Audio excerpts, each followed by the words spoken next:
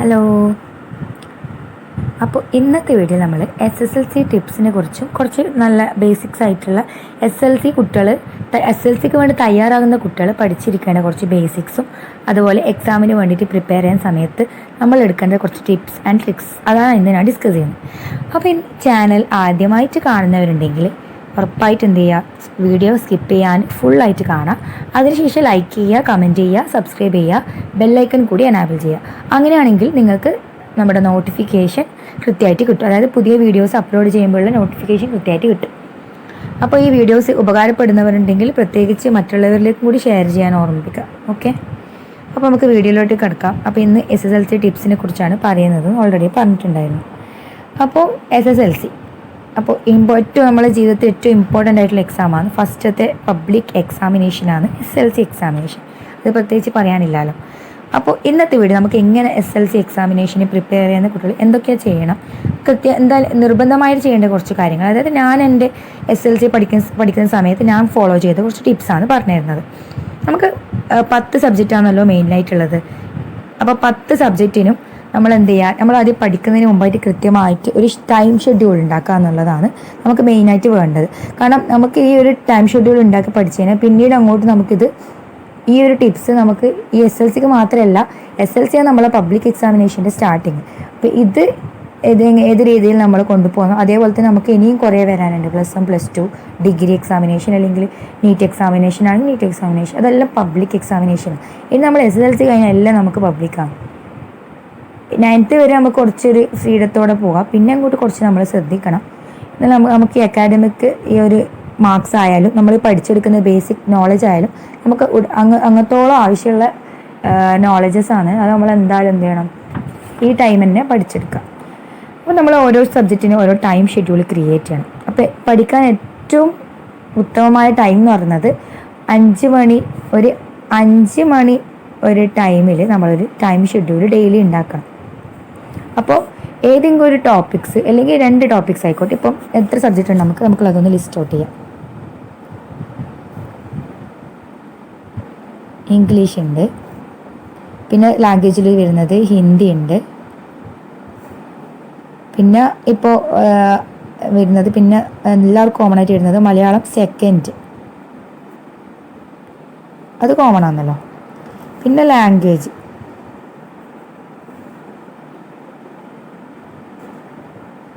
എന്ന് പറയുമ്പോൾ മലയാളം ഫസ്റ്റ് ഉള്ളവരുണ്ടാവും, സംസ്കൃതം ഉള്ളവരുണ്ടാവും, ഉറുദു ഉള്ളവരുണ്ടാവും, അറബി ഉള്ളവരുണ്ടാവും. ഇപ്പം 4 ഇനി ബാക്കി എത്ര ഉണ്ട്? 6 ഉണ്ട്. അടുത്തത് നമുക്ക് സോഷ്യൽ സയൻസ്, അത് കോമൺ ആണല്ലോ. ഇനി എല്ലാം കോമൺ ആയിട്ട് വരുന്നത് തന്നെയാണ്. പിന്നെ ഫിസിക്സ്,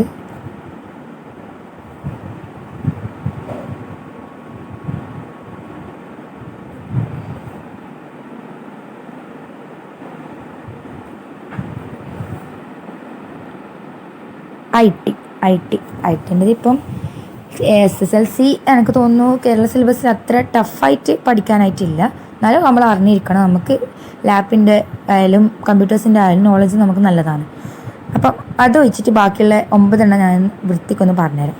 ഇംഗ്ലീഷ് ആണെങ്കിൽ നമ്മൾ കറക്റ്റായിട്ട് പഠിച്ചെടുക്കേണ്ട കുറച്ച് കാര്യങ്ങളുണ്ട്. ഇംഗ്ലീഷിൽ നമ്മളെ വേർബ്സ്, നൗൺസ്, നമുക്ക് ഇംഗ്ലീഷിൽ ബേസിക് ആയിട്ട് അറിയുന്ന എല്ലാ നോളജും നമ്മൾ പഠിച്ചെടുക്കണം. കാരണം ഇതിപ്പോൾ നമ്മൾ SSLCക്ക് എക്സാമിന് റിസൾട്ട് ഉണ്ടാവുക, എല്ലാ മാർക്ക് ഉണ്ടാവുന്ന രീതിയിലല്ല നമ്മൾ പഠിക്കേണ്ടത്. നമുക്ക് ഉടനീളം ആവശ്യമെന്നുള്ള രീതിയിൽ നമ്മൾ പഠിക്കുകയാണെങ്കിൽ നമുക്ക് എന്തും എളുപ്പത്തിൽ പഠിക്കാൻ പറ്റും.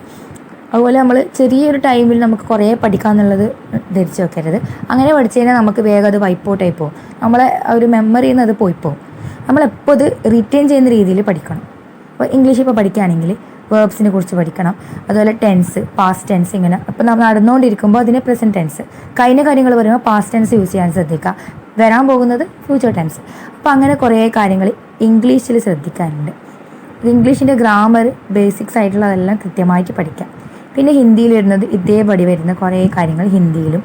പിന്നെ മലയാളം പ്രത്യേകിച്ച് പറയണ്ട, മലയാളം നമ്മളെ മാതൃഭാഷയാണ്. അപ്പോൾ നമ്മൾ പഠിക്കുന്ന സമയത്ത് മലയാളം നമുക്ക് ഓൾറെഡി അറിയാമെന്ന് വെച്ചിട്ട് അതിനെയും വിടരുത്, അതിന് നമ്മൾ എംഫസൈസ് ചെയ്തിട്ട് പഠിക്കണം. പിന്നെ ലാംഗ്വേജിൻ്റെ കേസിൽ അറബിക്ക് എടുത്തവരാണെങ്കിൽ കുറച്ച് സിമ്പിളായിട്ട് കുറച്ച് കാര്യങ്ങൾ മനസ്സിലാക്കി തന്നെ പിന്നെ അങ്ങോട്ട് അതന്നെ അപ്ലൈ ചെയ്തിട്ട് നമുക്ക് അങ്ങ് പഠിച്ചെടുക്കാൻ പറ്റും. പിന്നെ മലയാളം ഫസ്റ്റ് ആണെങ്കിലും ഇതേപോലെ തന്നെ മലയാളം സെക്കൻഡ് പോലെ തന്നെ മലയാളം ഫസ്റ്റിന് എംഫസൈസ് കൊടുക്കണം. സംസ്കൃത്, ഉറുദു അതും നമ്മൾ കംപ്ലീറ്റ് നോക്കണം. ഞാൻ SSLC എടുത്തത് ലാംഗ്വേജ് എന്നത് അറബി ആയിരുന്നു. അപ്പം എനിക്ക് കുറച്ചും കൂടി എളുപ്പം തോന്നിയിട്ടുണ്ട്. കാരണം മലയാളത്തിലാകുമ്പോൾ കുറേ എഴുതണം, നന്നായിട്ട് എഴുതാൻ അറിയണം. പിന്നെ എന്തെങ്കിലും എല്ലാം കാട്ടിക്കൂട്ടി എഴുതിയാൽ പോരാ, ആവശ്യത്തിനുള്ളതെല്ലാം എഴുതണം. സാഹിത്യം കലർത്തിയിട്ടും പിന്നെ ചോദ്യത്തിനനുസരിച്ചുള്ള ഉത്തരം തന്നെ എഴുതണം. കണ്ടൻറ്റ് വേണം, വെറുതെ എഴുതിയോണ്ട് കാര്യമില്ലല്ലോ. ഇപ്പോൾ ചോദിച്ചത് ഇപ്പോൾ എന്തെങ്കിലും ഒരു ടോപ്പിക്ക് റിലേറ്റഡ് ചോദിച്ചിട്ട് വേറെ എന്തെങ്കിലും പറഞ്ഞുകൊണ്ട് നമുക്ക് കാര്യമില്ല. അതുപോലെ അടുത്ത് വരുന്നത് സോഷ്യൽ സയൻസ്. സോഷ്യൽ സയൻസിൽ നമുക്ക് ഫീൽ ചെയ്യുന്ന വലിയ ഡിഫിക്കൽട്ടി എന്ന് പറഞ്ഞാൽ 2 ടെക്സ്റ്റ് ബുക്കാണ് ഉണ്ടാവുക. പാർട്ട് 1 പാർട്ട് 2 എന്ന് പറഞ്ഞിട്ട് 2 ടെക്സ്റ്റ് ബുക്കും ഉണ്ട്. എല്ലാത്തിലും ഉണ്ട്, ഫിസിക്സിലും കെമിസ്ട്രിയിലെല്ലാം ഉണ്ട്. സോഷ്യൽ സയൻസിൽ വരുന്ന വലിയ ബുദ്ധിമുട്ടെന്ന് പറയുന്നത് ഇയേഴ്സ്, ഓരോ സംഭവം നടന്ന ഇയേഴ്സ് എല്ലാം ചോദിക്കുമ്പോൾ ഭയങ്കര പാടായിരിക്കും. അപ്പോൾ നമ്മൾ സോഷ്യൽ സയൻസ് ചെയ്യേണ്ടത്, ഇപ്പം SSLC സ്റ്റാർട്ട് ചെയ്ത കുട്ടികളാണെങ്കിൽ ശ്രദ്ധിക്കേണ്ടത് ഇപ്പോഴേ പഠിച്ചു തുടങ്ങാം.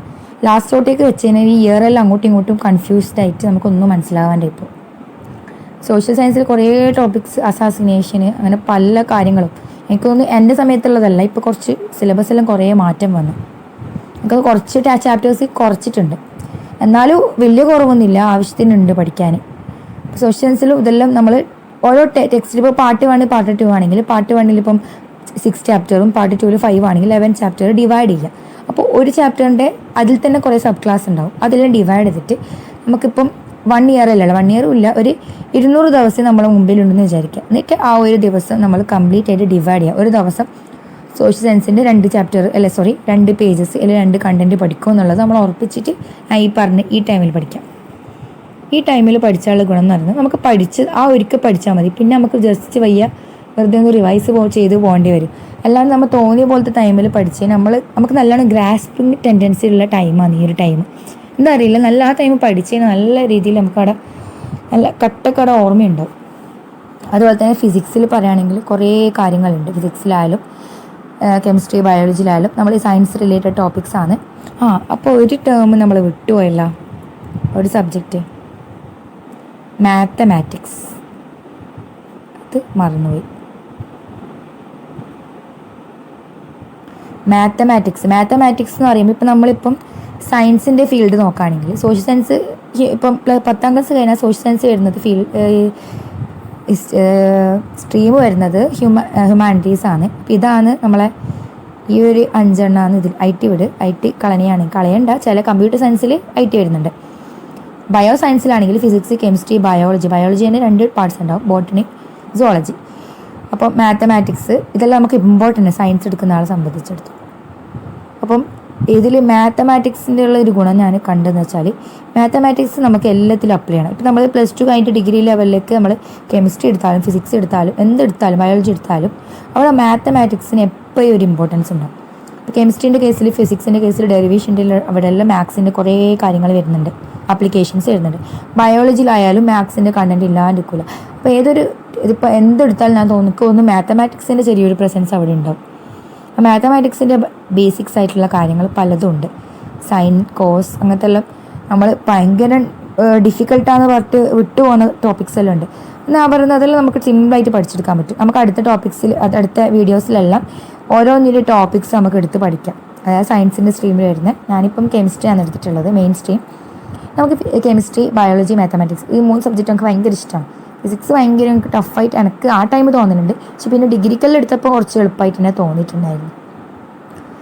അപ്പം കെമിസ്ട്രി എനിക്ക് ഭയങ്കര ഇഷ്ടമായിരുന്നു. കെമിസ്ട്രി, ബയോളജിയിൽ +2 എടുത്തത് വരുന്ന ബോട്ടണി, അതും എനിക്ക് ആ ഒരു പാട്ടും ഭയങ്കര ഇഷ്ടമായിരുന്നു. അപ്പം നമുക്ക് കെമിസ്ട്രിയിൽ കുറേ ടേംസ് നമ്മൾ ഇപ്പോൾ പഠിക്കുന്ന എനിക്ക് തോന്നുന്നു അത്രയ്ക്ക് സിമ്പിളാണ്. നമ്പർ ഓഫ് മോൾസ്, അങ്ങനെയുള്ള പീരിയോഡിക് എലമെൻറ്റ്സ് ആ ടേബിളിൽ ജസ്റ്റ് ഒന്ന് മനസ്സിലാക്കി തന്നെ മതി. നമുക്കൊന്നും അത്ര വലിയ ടഫായിട്ട് വരുന്നില്ല. ബയോളജിയിലും അങ്ങനെ തന്നെ. നോർമലായിട്ട് സുവോളജി കുറച്ച് കോമ്പണൻ്റ് ഉണ്ട്, നമുക്ക് കുറച്ച് ഇമ്പോർട്ടൻ്റ് ആയിട്ട് പഠിക്കേണ്ടത്. എല്ലാം നമ്മൾ പഠിക്കണം എന്ന രീതിയിൽ, അതായത് മാർക്ക് വാങ്ങാവുന്ന രീതിയിലല്ല, നമുക്ക് പിന്നീട് ആവശ്യം വരും എന്നുള്ള രീതിയിൽ പഠിക്കാം. അങ്ങനെ ആകുമ്പോൾ നമുക്ക് എന്ത് എളുപ്പത്തിൽ പഠിക്കാൻ പറ്റും. അപ്പോൾ ഞാൻ പറഞ്ഞതുപോലെ നിങ്ങൾ എന്ത് ചെയ്യണം, ഞാൻ പറഞ്ഞതുപോലെ ടൈം ഷെഡ്യൂൾ ഉണ്ടാക്കാം. ഓരോ സബ്ജക്റ്റിനും എത്ര ചാപ്റ്റേഴ്സ് ഉണ്ടെന്ന് നോക്കാം. എന്നിട്ട് ആ ചാപ്റ്റേഴ്സ് ഡിവൈഡ് ചെയ്യുക, സബ് കണ്ടൻ്റ് ആക്കി ഡിവൈഡ് ചെയ്തിട്ട് തീരുമാനിക്കുക ഒരു ദിവസം എത്ര പഠിക്കും. ഫിസിക്സിൽ നിന്ന് ഞാൻ 2 പോർഷൻസ് പഠിക്കും, സോഷ്യലിൽ നിന്ന് 2 പോർഷൻസ് പഠിക്കും. ഓവർ ഇതാക്കിയിട്ട് സ്ട്രെസ് ആക്കണ്ട. നമുക്ക് പറ്റുന്ന രീതിയിൽ സിമ്പിളായിട്ട് നമുക്ക് നല്ല മൈൻഡ് ഫ്രീ ആയിട്ട് രീതിയിൽ ഫ്രീ ആക്കി വെച്ചിട്ട് കുറച്ച് ടോപ്പിക്സ് സിമ്പിളാക്കി നമ്മൾ ഓരോ ദിവസവും ഒരു ദിവസം പോലും നമ്മൾ കളയരുത്, പഠിച്ചെന്നുള്ളത് ഉറപ്പ് വരുത്തിയിട്ട് ഒരു ടാബിൾ വരക്കാം. ഒരു ടാബിൾ അടിച്ചിട്ട് ഓരോ ആഴ്ചയും എന്തൊക്കെ പഠിച്ചും ജസ്റ്റ് ഒന്ന് മാർക്ക് ചെയ്ത് പോകും. ഇങ്ങനെ കോളംസ് റോസ് എല്ലാം വരച്ച് ഡേറ്റ് കാണിക്കുക, ഇന്ന ദിവസം ഞാൻ ഇത്ര പഠിച്ചിട്ടുണ്ട്, ഞാൻ മാർക്ക് ചെയ്യുക, ടിക്കറ്റ് പോവുക, അങ്ങനെയെല്ലാം ആക്കിയിട്ട് നമ്മളെ പഠിപ്പിന് നമ്മൾ തന്നെ വിലയിരുത്തുക. നമ്മൾ എത്രമാത്രം പഠിച്ചു എന്നുള്ളത് എന്തായാലും നമുക്ക് ബോധം വരും. നമ്മളിപ്പം ഇതിപ്പോൾ ഒന്നാമത്തെ പ്രശ്നം നമ്മളെല്ലാവരും ഇപ്പം ഓൾറെഡി ഫേസ് ചെയ്യുന്നത് കോവിഡ് പാൻഡമിക് സിറ്റുവേഷൻ. അതായത് നമുക്ക് ക്ലാസ്സിൽ പോയിട്ടുള്ള ആ ഒരു അറ്റ്മോസ്ഫിയർ നമുക്ക് കിട്ടുന്നില്ല, ഡയറക്റ്റ് ഇൻട്രഡക്ഷൻ കിട്ടുന്നില്ല. നമുക്ക് ഓൺലൈനിൽ നിന്ന് നമ്മൾ ഒരു കാണാതെയുള്ളൊരു പഠന രീതിയാണ്. അപ്പോൾ നമ്മൾ തന്നെ കുറച്ച് മെനക്കെടണം. ഇപ്പം ചിലപ്പം നല്ല രീതിയിൽ ചിലപ്പോൾ അങ്ങനെ ലിബറലായിട്ട് എക്സാം ഇത് വരും, വാല്യുവേഷനെല്ലാം വരുമായിരിക്കും. ബട്ട് എന്താണ് പഠിച്ചതും ഇത് ഉപകാരപ്പെടേണ്ടതും നമുക്കാണ്. നമ്മളപ്പോൾ മര്യാദയ്ക്ക് പഠിക്കുന്ന സമയത്ത് മര്യാദയ്ക്ക് പഠിച്ചിട്ടില്ലെങ്കിൽ പിന്നീട് നമ്മൾ ദുഃഖിക്കും. കാരണം +2 ലെവലിൽ എത്തിക്കഴിഞ്ഞാൽ ബേസിക്സ് അറിയാണ്ട് പോയി കഴിഞ്ഞാൽ ഒന്നും മനസ്സിലാവില്ല, ഉള്ളതും കൂടി ഇല്ലാണ്ടാവുകയും ചെയ്യും. നമ്മൾ ഇപ്പോഴേ നമ്മളെ റൂട്ട് ക്ലിയർ ചെയ്ത് വെക്കാം. ആദ്യം നമ്മളത് ക്ലിയർ ചെയ്ത് വെച്ചാൽ നമുക്കൊരു പ്രോബ്ലം ഉണ്ടാവില്ല. ഈ പറഞ്ഞ പോലെ നല്ല രീതിയിൽ എന്ത് ചെയ്യുക, ഇതെല്ലാത്തിനും നല്ല രീതിയിൽ എന്ത് ചെയ്യുക, ഡിവൈഡ് ചെയ്യുക. അതിനുശേഷം തീരുമാനിക്കുക ഒരു ദിവസം എത്ര പഠിക്കും എന്നുള്ളത്, അത് മാർക്ക് ചെയ്തിടുക.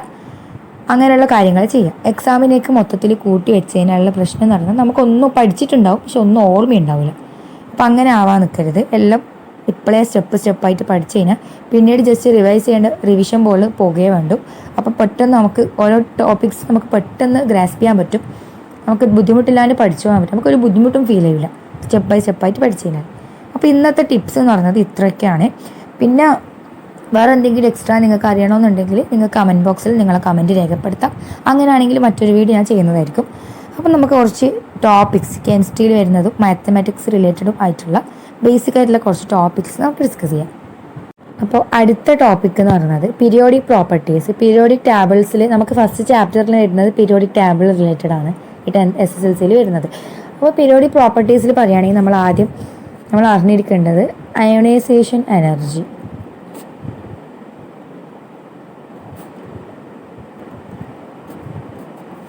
അപ്പം അയണൈസേഷൻ എനർജി എന്ന് പറയുന്നത് എന്താണ്? It is the energy required to remove ഔട്ടർമോസ്റ്റിലുള്ള ലൂസ്ലി ബൗണ്ട് ആയിട്ടുള്ള ഇലക്ട്രോണിനെ റിമൂവ് ചെയ്യാൻ ആവശ്യമായിട്ടുള്ള എനർജീൻ്റെ എമൗണ്ട് ആണ് അയോണൈസേഷൻ എനർജി. ഒന്നും കൂടി പറയാം. It is the energy required to remove the most loosely bound outermost electron from an atom or element. ഒരു എലമെൻറ്റിൻ്റെ കേസിൽ പറയുകയാണെങ്കിൽ എലമെൻറ്റിൻ്റെ കേസിൽ നിന്ന് റിമൂവ് ചെയ്യാൻ ആവശ്യമായിട്ടുള്ള എനർജിയാണ് അയോണൈസേഷൻ എനർജി. വേറൊരു ടേം എന്ന് പറയുന്നത്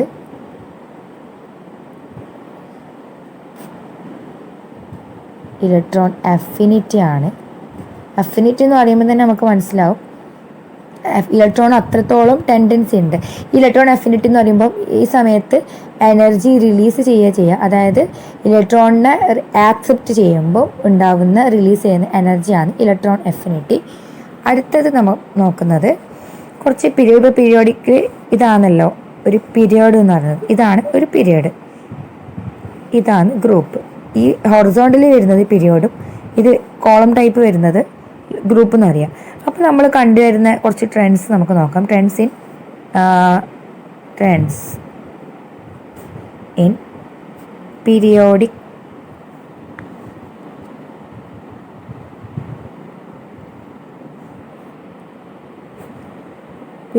table. Trends in periodic table എന്താണ്? ഇത് ലെഫ്റ്റ് നിന്ന് റൈറ്റിലോട്ടേക്ക് പോകുമ്പോൾ എലമെൻറ്റ്സിൻ്റെ സൈസ് ഡിക്രീസ് ചെയ്യുന്നുണ്ട്. എലമെൻറ്റ്സിൻ്റെ സൈസ് ഡിക്രീസ് ചെയ്യുന്നത് മീൻസ് അയണൈസേഷൻ എനർജി എന്തായിരിക്കും? കൂടും. എന്തുകൊണ്ട് നമുക്ക് നോക്കാം. അതുപോലെ തന്നെ ഇലക്ട്രോൺ നെഗറ്റിവിറ്റി കുറയും. എന്തുകൊണ്ട്? സൈസ് കുറയുമ്പോൾ ഇതിൽ ഒരേ സബ്ഷെല്ലായിരിക്കും ഉണ്ടാവുക. ഇതിൽ ഇപ്പോൾ ഒരു പീരിയഡ് എടുക്കുകയാണെങ്കിൽ ഇപ്പം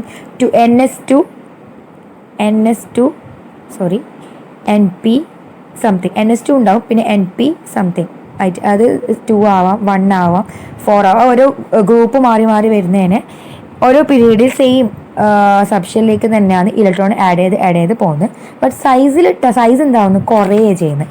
അതായത് അതിൻ്റെ ഇലക്ട്രോൺ നെഗറ്റിവിറ്റി കൂടും, അതായത് ഇലക്ട്രോൺ ആക്സെപ്റ്റ് ചെയ്യാനുള്ള ടെൻഡൻസി കൂടും. ബട്ട് നമുക്ക് എന്ത് ചെയ്യാൻ പറ്റില്ല, ഇത് ഭയങ്കര എല്ലാ ഇലക്ട്രോൺസും ടൈറ്റായിട്ട് ബോണ്ട് ചെയ്തിട്ടുണ്ടാകും. അപ്പോൾ ഇതിൽ നിന്ന് നമുക്ക് ഈ ഒരു പീരിയഡ്സ് നിന്ന് ലെഫ്റ്റ് ടു റൈറ്റ് പോകുമ്പോൾ നമുക്ക് പെട്ടെന്ന് ഇലക്ട്രോൺസിനെ റിമൂവ് ചെയ്യാൻ പറ്റില്ല. അപ്പോൾ കുറേ എനർജി സപ്ലൈ ചെയ്താൽ മാത്രമേ നമുക്ക് ഇലക്ട്രോൺസ് റിമൂവ് ചെയ്യാൻ പറ്റൂ. അതുകൊണ്ടാണ് ഇവിടെ എന്ത് കൂടുന്നത്, അയണൈസേഷൻ എനർജി ഇൻക്രീസ് ചെയ്യാനുള്ള കാരണം. ഇനിയിപ്പം ഗ്രൂപ്പിൻ്റെ കേസിൽ നോക്കുകയാണെങ്കിൽ ടോപ്പ് ടു ബോട്ടം നോക്കുകയാണെങ്കിൽ സൈസ് ഇങ്ങനെ ആദ്യം ഇത്രയും ഉണ്ടായിരുന്നെങ്കിൽ പിന്നെ താഴെ പോകുമ്പോൾ ഒരു ഷെല്ല് കൂടി കൂടും.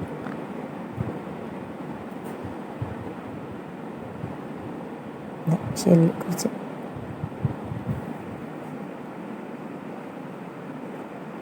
ഇങ്ങനെ താഴോട്ടേക്ക് പോകുന്തോറും എന്ത് സംഭവിക്കുന്നത്, സൈസ് കൂടുകയാണ് ചെയ്യുന്നത്. അപ്പോൾ ഈ കേസിൽ ഇലക്ട്രോൺ നെഗറ്റിവിറ്റി, അതായത് ഇലക്ട്രോൺസിന് ആക്സെപ്റ്റ് ചെയ്യാനുള്ള ടെൻഡൻസി കുറവായിരിക്കും, ബട്ട് ഒരു ടെൻഡൻസി കൂടും. അതായത് അയണൈസേഷൻ എനർജി കുറയും, ഇലക്ട്രോൺ പോസിറ്റീവ് ക്യാരക്ടർ കൂടും. അതായത് ഇലക്ട്രോൺസിന് കൊടുക്കാനുള്ള ടെൻഡൻസിയാണ്. ഇപ്പം ഇവിടെ ഒരു ഇലക്ട്രോൺ ഉണ്ട്, ഇവിടെ ഒരു ഇലക്ട്രോൺ ഉണ്ട്, ഇവിടുത്തെ ഇലക്ട്രോൺ എടുക്കാം, ഇവിടുത്തെ. ഈ 3 കേസിലും ഔട്ടർ മോസ്റ്റ് ഇലക്ട്രോൺ ഒന്ന് കമ്പയർ ചെയ്ത് നോക്കാം. ഈ കേസിൽ ഇതിൽ കുറേ 2 ഷെല്ലുണ്ട്, ഇതിൽ ഒറ്റ ഷെല്ല്, ഇതിൽ 3 ഷെല്ലുണ്ട്, ഇതിൽ 2 ഷെല്ലുണ്ട്, ഇതിലൊരു ഷെല്ല്. ഈ 3 ഇലക്ട്രോണിനെ നിങ്ങളൊന്ന് കമ്പയർ ചെയ്ത് നോക്കിയാട്ടെ. താഴത്തെ കേസ് ബോട്ടത്തിൻ്റെ കേസിൽ ഇലക്ട്രോൺസ് ലൂസ്ലി ബോണ്ടാണ്. അതായത് ന്യൂക്ലിയസ് ഇപ്പം നടുക്കത്തെ ഇത് ന്യൂക്ലിയസ് ആണ്, ഇത് ഡാർക്ക് ചെയ്യുക, ഇത് ന്യൂക്ലിയസ്.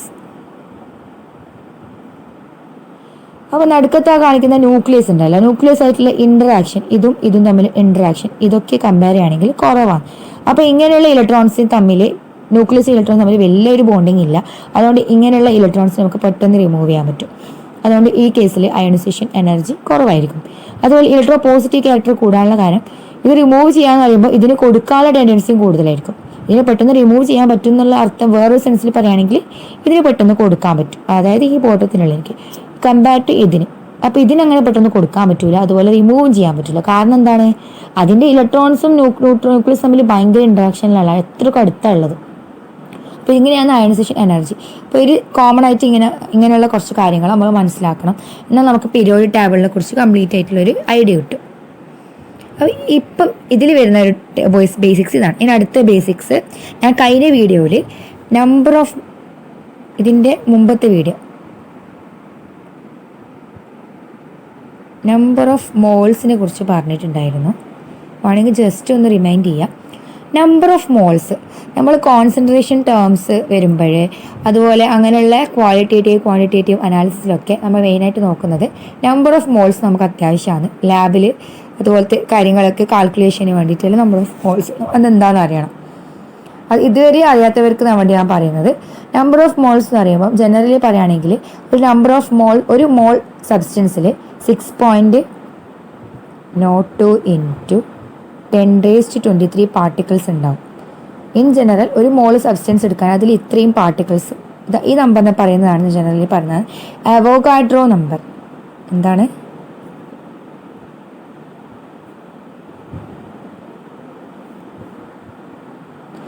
അവോഗാഡ്രോ നമ്പർ എന്ന് ഇതിനെ പറയാം. അപ്പം ഒരു മോള് നമുക്ക് പല രീതിയിൽ കണ്ടുപിടിക്കാൻ പറ്റും. മാസ് തന്നാൽ ഇപ്പം ഗിവൺ മാസ് യൂസ് ചെയ്തിട്ട് നമുക്ക് കണ്ടുപിടിക്കാൻ പറ്റും. അതുപോലെ ഗിവൺ വോളിയം യൂസ് ചെയ്തിട്ട് കണ്ടുപിടിക്കാൻ പറ്റും. പിന്നെ വരുന്നത് ഗിവൺ നമ്പർ ഓഫ് പാർട്ടിക്കിൾസ്. അപ്പോൾ ഇങ്ങനെയൊക്കെ നോക്കിയിട്ട് നമുക്ക് എന്ത് കണ്ടുപിടിക്കാൻ പറ്റും, നമ്പർ ഓഫ് മോൾസ് കണ്ടുപിടിക്കാൻ പറ്റും. അപ്പോൾ ഇതിൻ്റെ ഒരു വീഡിയോ ഞാൻ ഇതിന് മുമ്പ് അപ്ലോഡ് ചെയ്തിട്ടുണ്ട്. അപ്പം അത് ആവശ്യമുള്ളവർ ആ വീഡിയോ പോയിട്ട് ഒന്ന് കാണാം. അതും ആ വീഡിയോ നിങ്ങൾ സ്കിപ്പ് ചെയ്യാണ്ട് കാണണം, മുഴുവനായിട്ട് കാണാം. എന്നിട്ട് മാത്രം ലൈക്കും സബ്സ്ക്രൈബും ചെയ്യാം. ചെയ്യാത്തവരുണ്ടെങ്കിൽ മാത്രം സബ്സ്ക്രൈബ് ചെയ്യേണ്ട ആവശ്യം. പിന്നെയും ഇപ്പോൾ സബ്സ്ക്രൈബ് ബട്ടണിൽ ക്ലിക്ക് ചെയ്താൽ അത് അൺസബ്സ്ക്രൈബ് ആയിപ്പോൾ. അപ്പോൾ അത് ശ്രദ്ധിക്കാം. സബ്സ്ക്രൈബ് ചെയ്തവർ കൃത്യമായിട്ട് നോട്ടിഫിക്കേഷൻ കിട്ടുന്നുള്ളതൊന്ന് നോക്കാം. കിട്ടാത്തവരുണ്ടെങ്കിൽ കമൻറ്റ് ബോക്സിൽ അറിയിക്കുക. അതുപോലെ തന്നെ വീഡിയോ ഇഷ്ടപ്പെട്ടവർ ഉറപ്പായിട്ട് ലൈക്ക് ചെയ്യുക. ഇത് മുമ്പത്തെ വീഡിയോനെ കുറിച്ചാണ് പറയുന്നത്. ഇനി നമുക്ക് കണ്ടിന്യൂഷൻ ആയിട്ട് കുറച്ച് കാര്യങ്ങൾ പറയാനുണ്ട്. അത് അടുത്ത ടോപ്പിക്ക് നമുക്ക് നോക്കാം. അപ്പോൾ അടുത്തതായിട്ട് നമ്മൾ നോക്കുന്നത് States of matter. There are 3 states: solid, liquid and gas. ഇതാണ് 3 states. അതിൽ സോളിഡ് പറയുകയാണെങ്കിൽ സോളിഡ് എന്താണ്, അതൊരു കോമ്പാക്ട് സ്ട്രക്ചർ ആയിരിക്കും. അതായത് അതിലുള്ള ആറ്റംസ് വെരി ക്ലോസ്ലി ആയിരിക്കും അറേഞ്ച് ചെയ്തിട്ടുണ്ടാവുക. വെറാസ് ഇൻ ലിക്വിഡ് ആ കമ്പയർ ടു സോളിഡ് ആണെങ്കിൽ കുറച്ചും കൂടി ലൂസ്ലി ഇലക്ട്രോൺസ് കുറച്ചും കൂടി അകലത്തായിരിക്കും ഫാർ അവേ ആയിട്ടുണ്ടാവുക. ഗ്യാസിൻ്റെ കേസിൽ very very far apart. Atoms എന്ന് പറയുന്നത് അത്രയും ദൂരത്തിലുണ്ടാവുക compare to liquid and solid. അപ്പം ഏറ്റവും ഇത് മൂന്ന് കമ്പയർ ആണെങ്കിൽ ഇതിൽ ഗ്യാസിലുള്ള ആറ്റംസിലായിരിക്കും. നോർമലി നമ്മളൊരു കോമൺ ആയിട്ട് നോക്കുകയാണെങ്കിൽ ഇതിൽ നോക്കിയാട്ടെ, ഇതിലുള്ള ആറ്റംസിന് ഇങ്ങനെ കെട്ടിയിട്ട പോലെയുള്ള ലിക്വിഡ് എത്തുമ്പോൾ കുറച്ചും കൂടി ഇതിന് ഫ്രീഡം കിട്ടും. ഗ്യാസ് എത്തുമ്പോൾ നല്ലോണം ഫ്രീഡം കിട്ടും, കാരണം ആറ്റംസ് അത്രയും അകലത്തിലുണ്ടാവുക ഗ്യാസിൻ്റെ കേസിൽ. അപ്പോൾ ഗ്യാസ് മോളിക്യൂൾസിന് കൂടുതൽ മോഷൻ എന്ന് പറയുന്നത് ഭയങ്കര സ്പീഡ് മോഷൻ ആയിരിക്കും. അത് കമ്പയർ ടു സോളിഡിലുള്ള ആറ്റംസിന് അങ്ങനെ പെട്ടെന്ന് ഡിസ്പ്ലേസ് ചെയ്യാനോ മൂവ് ചെയ്യാനോ പറ്റില്ല, അതിലത് ഫിക്സഡ് ആണ്. പിന്നെ അതുപോലെ തന്നെ പറയുകയാണെങ്കിൽ ലിക്വിഡിൻ്റെ കേസിൽ അതിൻ്റെ വോളിയം എന്ന് പറയുന്നത് ആ ഒരു ഉപയോഗിക്കുന്ന കണ്ടെയ്നറിൻ്റെ ഷേപ്പിലായിരിക്കും അതിൻ്റെ വോളിയം വരാം. സോളിഡ് അങ്ങനെയല്ല, സോളിഡിന് ഒരു പ്രത്യേക ഷേപ്പ് ഉണ്ട്. അതിനിപ്പം കോമ്പാക്റ്റ് ആയതുകൊണ്ട് സ്ക്വയർ ആണെങ്കിൽ അത് സ്ക്വയർ തന്നെ ആയിരിക്കും. ഇനി ട്രയാങ്കുലർ ആണെങ്കിൽ ട്രയാങ്കുലർ, ആ ഷേപ്പ് എന്ന് പറഞ്ഞാൽ ഫിക്സ്ഡ് ആണ്. ഗ്യാസിൻ്റെ കേസിൽ പ്രത്യേകിച്ച് നമുക്ക് ഷേപ്പൊന്നും പറയാനില്ല. അതിലിപ്പം ഇപ്പോൾ ഒരു ബോട്ടിലിൽ ഒരു ഗ്യാസ് നമ്മൾ ഫില്ല് ചെയ്യുകയാണെങ്കിൽ എത്രമാത്രം സ്പേസിന് അത് കവർ ചെയ്യാൻ പറ്റും അത്രയും സ്പേസ് കവർ ചെയ്തിട്ട് ആറ്റംസ് അത്രയും ഫാർ അപ്പാർട്ടായിട്ട് ആ ഒരു കണ്ടെയ്നറിൽ അല്ലെങ്കിൽ ഒരു ബോക്സിൽ അത് നിൽക്കും എന്നുള്ളതേ പറയാൻ പറ്റൂ. കറക്റ്റ് അതിന് ഷേപ്പ് പറയാൻ പറ്റില്ല. ഓക്കെ, അപ്പം നമുക്ക് സ്റ്റേറ്റ്സ് ഓഫ് മാറ്റർ എന്ന് പറഞ്ഞാൽ മെയിൻ നമ്മൾ 3 സ്റ്റേറ്റ്സ് ആണുള്ളതെന്ന് പറഞ്ഞു. ഇനി അടുത്തത് നമ്മൾ അറിഞ്ഞിരിക്കേണ്ട കുറച്ച് കാര്യം പറയുന്നത് ഗ്യാസ് ലോസ്. നിങ്ങളെ ചാപ്റ്റർ 2 വരുന്നതാണ് മോൾ കോൺസെപ്റ്റും ഗ്യാസ് ലോസും. അതിൽ ഗ്യാസ് ലോസിൽ ഫസ്റ്റത്തെ ഗ്യാസ് ലോ ഏതാണ്? Boyle's law. അതിലെന്താ പറയുന്നത്? Volume inversely proportional to pressure. അതായത് for a particular gas at constant temperature and number of moles, അല്ലെങ്കിൽ അതിൻ്റെ സബ്സ്റ്റൻസിൻ്റെ കൗണ്ട് കോൺസ്റ്റൻ്റ് ആക്കി വെക്കുക. ടെമ്പറേച്ചറും കോൺസ്റ്റൻ്റ് ആണെങ്കിൽ വോളിയം എന്ന് പറയുന്നത് പ്രഷറിന് ഇൻവേഴ്സ്ലി പ്രൊപ്പോർഷണൽ ആയിരിക്കും. That is volume when volume increases pressure decreases, when pressure increases volume decreases. അതാണ് അവർ തമ്മിലുള്ള ഇൻവേഴ്സ് റിലേഷൻ. ഇതാണ് ബോയിൽസ് ലോ സ്റ്റേറ്റ് ചെയ്യുന്നത്. അനദർ ലോ എന്ന് പറയുന്നത് ചാൾസ് ലോ. ഇതിലെന്താ പറയുന്നത്? ഇവിടെ വോളിയം ഉണ്ട് directly proportional to temperature. That is for a particular gas when pressure and number of moles are constant, volume of the gas will be directly proportional to temperature. That is, when volume increases, temperature also increases. When temperature increases, volume also increases. When we combine these two terms, that is, when we combine Boyle's law and Charles' law relation, we get like this. That is first law, that is Boyle's law. Volume is inversely proportional to pressure and volume is directly proportional to temperature. അത് Charles law. Combine ചെയ്ത് നമുക്കൊരു relation കിട്ടും. കുറച്ചും കൂടി basic ആയിട്ട് കാണിച്ചു തരാം. ഇത് വി നമുക്ക് എന്ത് ചെയ്യാം? ഇക്വേറ്റ് ചെയ്യുന്ന സമയത്ത് നമുക്ക് ഇത് T/P എന്ന് എഴുതിക്കൂടെ? അതായത് ഇതിൽ 2 കാര്യം വന്ന്, അതായത് V is directly proportional to temperature, V is inversely proportional to pressure. പക്ഷേ ഇക്വേറ്റ് പ്രൊപ്പോർഷണാലിറ്റി നമ്മൾ ഇക്വേറ്റ് ചെയ്യുമ്പോൾ നമ്മളതൊരു കോൺസ്റ്റൻ്റ് കൊണ്ട് മൾട്ടിപ്ലൈ ചെയ്യണം. അത് എന്താണെന്നൊന്നും കാണിക്കുന്നില്ല, ജസ്റ്റ് കോൺസ്റ്റൻ്റ് എന്ന് പറയാം. അപ്പം T/P കോൺസ്റ്റൻ്റ് ആയിരിക്കും വോളിയം എന്ന് പറയുന്നത്. അപ്പോൾ ഈ കോൺസ്റ്റൻ്റ് എന്ന് പറയുന്നത് പ്രൊപ്പോർഷണാലിറ്റി കോൺസ്റ്റൻ്റ് ആണ്. അപ്പോൾ നമുക്ക് ഇങ്ങനെ റീഅറേഞ്ച് ചെയ്താൽ പറ്റും. PV/T is equal to a constant. അതായത് ഫോർ എ പെർട്ടിക്കുലർ ഗ്യാസിൻ്റെ കേസിൽ ബാക്കി നമ്പർ ഓഫ് മോൾസ് എല്ലാം കോൺസ്റ്റൻ്റ് ആയിട്ട് വെക്കാൽ PV/T എന്ന് പറയുന്ന ഒരു ടേം എന്നുണ്ടെങ്കിൽ അത് കോൺസ്റ്റൻ്റ് ആയിരിക്കും. അതുപോലെ ഇതിൻ്റെ ഇനീഷ്യൽ സ്റ്റേറ്റും ഫൈനൽ സ്റ്റേറ്റും നമുക്ക് വേറെ റിലേഷൻ എഴുതാൻ പറ്റും. P1 V1 T1 is equal to P2 V2 T2. അതായത് ആദ്യത്തെ സ്റ്റേറ്റിലുള്ള initial pressure, initial volume, initial temperature തന്നിട്ടുണ്ട്. അതുപോലെ ഫൈനൽ സ്റ്റേജിൽ final pressure, final volume, final temperature, ഇതൊക്കെ തന്നു കഴിഞ്ഞാൽ നമുക്ക് ഇങ്ങനെ ഒരു ഇക്വേഷൻ വെച്ചിട്ട്, ഇപ്പം അഥവാ നമുക്കൊരു ക്വസ്റ്റ്യൻ വരാണ് എക്സാമിന്, ഇനീഷ്യൽ പ്രഷർ ഉണ്ട്, ഇനീഷ്യൽ വോളിയം തന്നിട്ടുണ്ട്, final pressure, final volume, final temperature തന്നിട്ടുണ്ട്. ചോദിക്കുന്നത് എന്തായിരിക്കും? എന്തായിരിക്കും ഇനീഷ്യൽ ടെമ്പറേച്ചർ, അല്ലെങ്കിൽ എന്തായിരിക്കും ഇനീഷ്യൽ വോളിയം. അപ്പം ഇതിൽ 6 5 റിലേഷൻസ് തന്നിട്ടുണ്ടാവും. അങ്ങനെയാണെങ്കിൽ നമുക്ക് എന്ത് കാൽക്കുലേറ്റ് ചെയ്യാൻ പറ്റും? ആ മിസ്സിംഗ് ആയിട്ടുള്ള ഒരു ടേം ഈ ഇക്വേഷൻ അപ്ലൈ ചെയ്തതിന് നമുക്ക് കാൽക്കുലേറ്റ് ചെയ്യാൻ പറ്റും.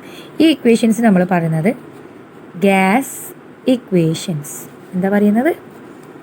Gas equations. അപ്പോൾ ഇതൊക്കെ നമ്മൾ കെമിസ്ട്രിയിൽ ബേസിക് ആണ്. ഇതൊന്നും വലിയ ടഫായിട്ടുള്ള പോർഷൻ അല്ല. നമുക്ക് ടഫായിട്ട് തോന്നുന്നുണ്ടാവും, അത് ഇപ്പോഴേ തോന്നും. കുറച്ച് ഹയർ സ്റ്റഡീസിലൊക്കെ പോകുമ്പോൾ ഇതൊക്കെ വെറും ബേസിക്സ് മാത്രമാണ്. ഇനി ഇത് അപ്ലൈ ചെയ്തിട്ട് നമ്മൾ വലിയ വലിയ ഡെറിവേഷൻസും കാര്യങ്ങളല്ലാതെ ഹയർ സ്റ്റഡീസിലൊക്കെ നമ്മൾ പഠിക്കുന്നത്. അപ്പോൾ ഇതൊക്കെയാണ് ഗ്യാസ് ലോസിനെ കുറിച്ച് പറയാനുള്ളത്. നമ്മൾ ഇന്ന് ഡിസ്കസ് ചെയ്ത് സ്റ്റേറ്റ്സ് ഓഫ് മാറ്റേഴ്സ് ഡിസ്കസ് ചെയ്ത് ഗ്യാസ് ലോ ഡിസ്കസ് ചെയ്ത് അടുത്ത ടോപ്പിക്കിലോട്ടേക്ക് പോകാം. അപ്പം അടുത്ത വീഡിയോയിൽ നമ്മൾ പഠിക്കുന്നത് അരിത്മെറ്റിക് സീക്വൻസിനെ കുറിച്ചാണ്. അപ്പോൾ അരിത്മെറ്റിക് സീക്വൻസ് SSLC മാത്തമാറ്റിക്സിൽ ഫസ്റ്റ് തന്നെ നമ്മൾ പഠിക്കുന്നത് അരിത്മെറ്റിക് സീക്വൻസസ് ആണ്. It is A sequence of the numbers in which the difference between the consecutive numbers will be same, that is will be A constant. അതായത് consecutive terms എന്ന് പറയുമ്പോൾ അടുത്തടുത്ത് വരുന്ന terms A+T, A+2D, A+T, അങ്ങനെ അടുത്ത term വരുമ്പോൾ A+3D. അതാണ് അതിന് ജനറലായിട്ട് nth ടേം എന്ന് പറയുന്നത്. AN = A+n-1 × D. നമുക്ക് ജസ്റ്റ് ചെക്ക് ചെയ്യാം. ഫോർത്ത് ടേം എന്ന് പറയുന്നത് A4 = A+4-1 × D, that is A+3D. ഉണ്ടോ? അതുപോലെ അരിത്മെറ്റിക് സീക്വൻസ് കഴിഞ്ഞാൽ പിന്നെ അടുത്ത ടേമിൽ നമ്മൾ പഠിക്കേണ്ടത് കുറച്ച് കാര്യങ്ങളുണ്ട്. sin x, cos x, cosec x, sin x, cos x, tan x, cosec x, tsec x, dot x. അപ്പോൾ ഇത് sin x-ൻ്റെ അടുത്ത് തന്നെ ഞാൻ തൊട്ടടുത്തായിട്ട് cosec x-ഉം അങ്ങനെ ഇത് എഴുതിയതിൻ്റെ കാരണം എന്ന് പറയുന്നത് sin x-ൻ്റെ റെസിപ്രോക്കലാണ് cosec x, cos x-ൻ്റെ റെസിപ്രോക്കലാണ് sec x, tan x-ൻ്റെ റെസിപ്രോക്കലാണ് cot x. അപ്പോൾ ഇങ്ങനെയുള്ള റിലേഷൻസ് നമ്മൾ ആദ്യം ബേസിക് ആയിട്ടുള്ള കുറച്ച് കാര്യങ്ങൾ പഠിച്ചെടുക്കാനുണ്ട്. അതിനുശേഷം നമ്മൾ ഹയർ ലെവൽസ് നോക്കേണ്ട ആവശ്യമുള്ളൂ. ആദ്യം നമ്മൾ ഇതിനെക്കുറിച്ച് മൊത്തം പഠിച്ച് കഴിഞ്ഞാൽ നമുക്ക് പെട്ടെന്ന് അപ്ലൈ ചെയ്യാൻ പറ്റും. അപ്പോൾ അതിനാണ് നമ്മൾ ആദ്യം ബേസിക്സ് പഠിക്കാൻ പറയുന്നത്. അപ്പം ഇനിയുള്ള കണ്ടിന്യൂസ് ക്ലാസ്സസിൽ നമ്മൾ ഓരോ ഹെഡിങ്സും എക്സ്പ്ലെയിൻ ചെയ്തിട്ടുള്ള ക്ലാസ്സസ് ഉണ്ടാവും. അതിൽ പോസിബിൾ ആയിട്ടുള്ള ക്വസ്റ്റ്യൻസും അതൊക്കെ ഡിസ്കസ് ചെയ്യും. അപ്പം ഈ വീഡിയോയിൽ നമ്മൾ ബേസിക്കായിട്ട് പറയുന്ന കാര്യങ്ങൾ ആദ്യം പഠിക്കുക. അപ്പോൾ sin x-ഉം cos x-ഉം നമ്മൾ റിലേഷൻസ് നമുക്കറിയാം. sin² x + cos² x = 1, അങ്ങനെ പല റിലേഷൻസും ഉണ്ട്. ആ റിലേഷൻസെല്ലാം നമ്മൾ ആദ്യം പഠിക്കണം. അപ്പോൾ അടുത്ത് നമ്മൾ ഡിസ്കസ് ചെയ്യാൻ പോകുന്നത് ട്രിഗണോമെട്രിയാണ്. മാത്തമാറ്റിക്സിൽ വരുന്ന 3rd ചാപ്റ്ററിൽ 4th ചാപ്റ്ററിൽ വരുന്ന ഒരു ടോപ്പിക്കാണ് ട്രിഗണോമെട്രി.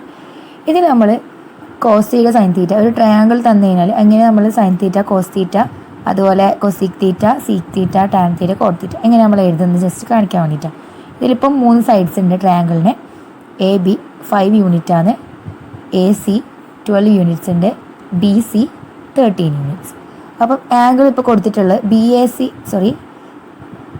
BCA ആംഗിളാണ് ഇപ്പോൾ തീറ്റ എന്ന് പറയുന്നത്. അപ്പോൾ ഈ ആംഗിൾ വെച്ചിട്ട് നമ്മളിപ്പോൾ ബാക്കിയുള്ള സൈൻ കൊസൈൻ എല്ലാം നമ്മൾ ഡിഫൈൻ ചെയ്യാൻ പോകുന്നത്.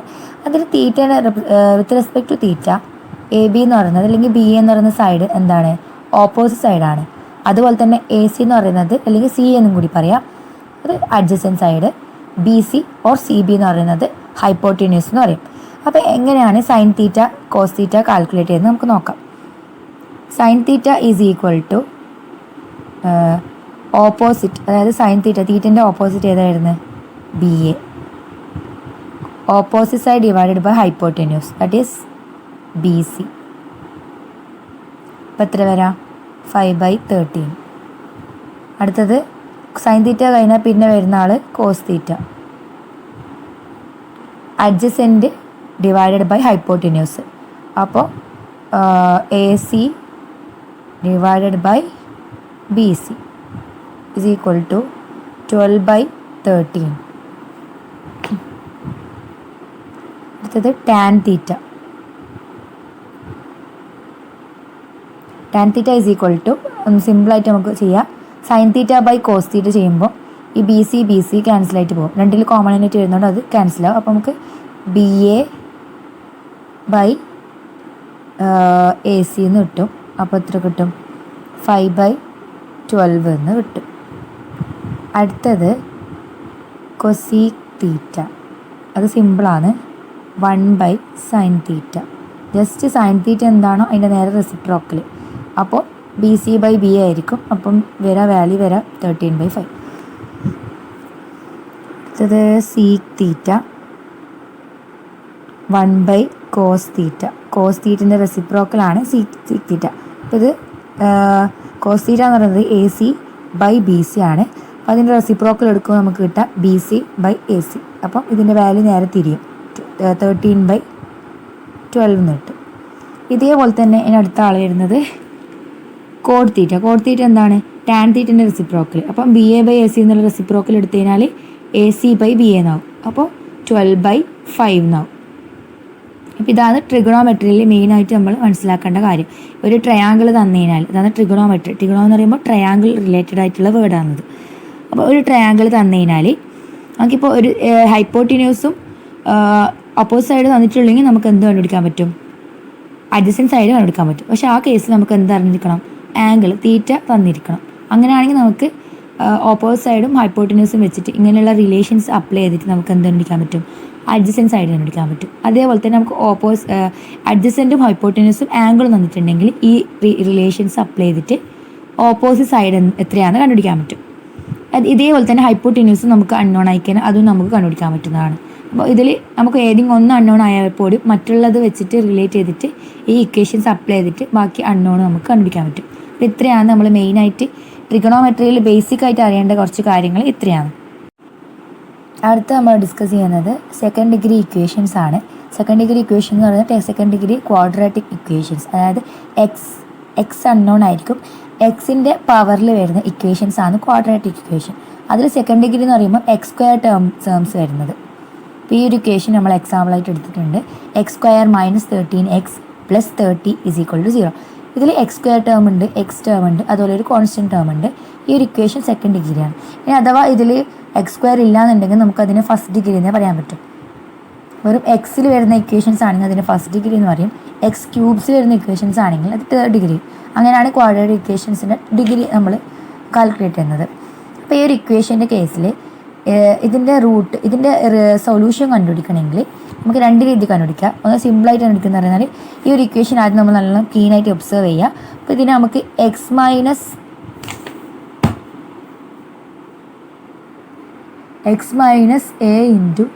x - b = 0. ഈ ഒരു ടേമിൽ നമുക്ക് റെപ്രസെൻറ്റ് ചെയ്യാൻ പറ്റുമോ എന്നുള്ളത് ആദ്യം നോക്കണം.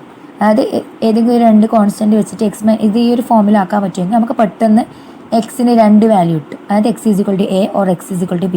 അപ്പോൾ എക്സിൻ്റെ സൊല്യൂഷൻ പെട്ടെന്ന് കണ്ടുപിടിക്കാൻ പറ്റും. അപ്പോൾ ഈ ഒരു ഇക്വേഷൻ നമ്മളൊന്ന് ക്ലീനായിട്ട് ഒബ്സർവ് ചെയ്ത് നമുക്ക് മനസ്സിലാവും നമുക്കതിനെ ഒരിക്കലും ഈ ഒരു രീതിയിൽ റെപ്രസെൻറ്റ് ചെയ്യാൻ പറ്റില്ല. അപ്പോൾ അങ്ങനെയുള്ള കേസിൽ എക്സിൻ്റെ സൊല്യൂഷൻ വരുന്നത് x = -b ± √b² - 4ac/2a.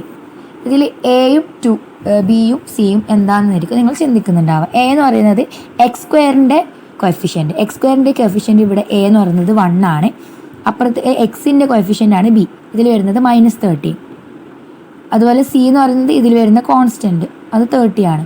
അപ്പോൾ അത് അപ്ലൈ ചെയ്തിട്ട് ഈ ഇക്വേഷനിലേക്ക് ഒന്ന് അപ്ലൈ ചെയ്ത് കൊടുത്താൽ നമുക്ക് ഇതിൻ്റെ സൊല്യൂഷൻ കണ്ടുപിടിക്കാൻ പറ്റും. അപ്പോൾ -b, ഓൾറെഡി ബി എന്ന് പറയുന്നത് മൈനസ് ആണ്. അപ്പോൾ മൈനസ് എടുക്കുമ്പോൾ അത് പ്ലസ് ആവും. അപ്പോൾ 13 പ്ലസ് ഓർ മൈനസ് പ്ലസ് ചെയ്തിട്ടും ചെയ്യാം, നമുക്ക് മൈനസ് ചെയ്താൽ അപ്പോൾ രണ്ട് റൂട്ട് ഉണ്ടാവും. രണ്ട് സൊല്യൂഷൻസ് ഉണ്ടാവും. √b² എന്ന് പറയുന്നത് 169 ആണ്.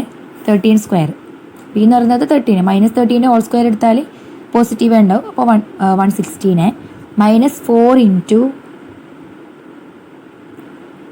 എ എന്ന് പറയുന്നത് 1 ആണ്. റൂട്ട് കുറച്ച് നീട്ടാം. c 30, 2a എന്ന് പറയുമ്പോൾ 2 × 1. നമുക്ക് എന്താ കിട്ടുക അടുത്ത സ്റ്റെപ്പിൽ 13 പ്ലസ് ഓർ മൈനസ് √169 - 120/2. ഇതിന് രണ്ട് രീതിയിൽ പ്ലസ് ചെയ്തിട്ടും മൈനസ് ചെയ്തിട്ടും കിട്ടുമ്പോൾ നമുക്ക് x = 10 ഓർ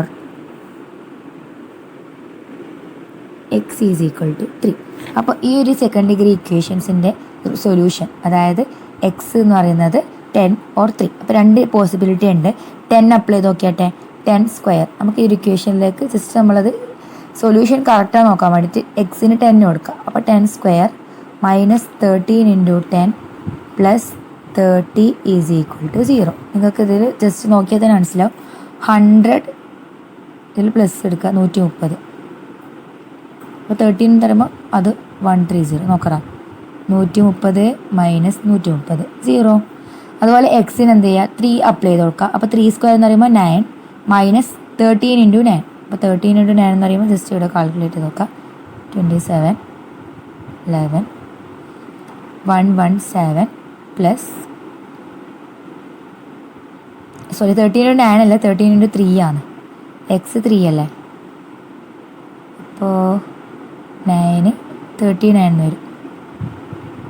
അപ്പോൾ ഇവിടെ 9 മൈനസ് 30 പ്ലസ് ഇവിടെ ഓൾറെഡി 30 ഉണ്ട്. അപ്പോൾ ഇതിൽ തന്നെ മനസ്സിലായതാ 30 ഇവിടെ 39 ഇതാ 9 പ്ലസ് 30 39 മൈനസ് 39 0. അപ്പോൾ ഈ സൊല്യൂഷൻ കറക്റ്റാണ്.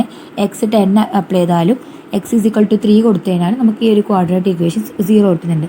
അപ്പോൾ ഈ ഒരു സെക്കൻഡ് ഡിഗ്രി ഇക്വേഷൻ്റെ സൊല്യൂഷൻ എന്ന് പറയുന്നത് x is equal to 10 or x is equal to 3.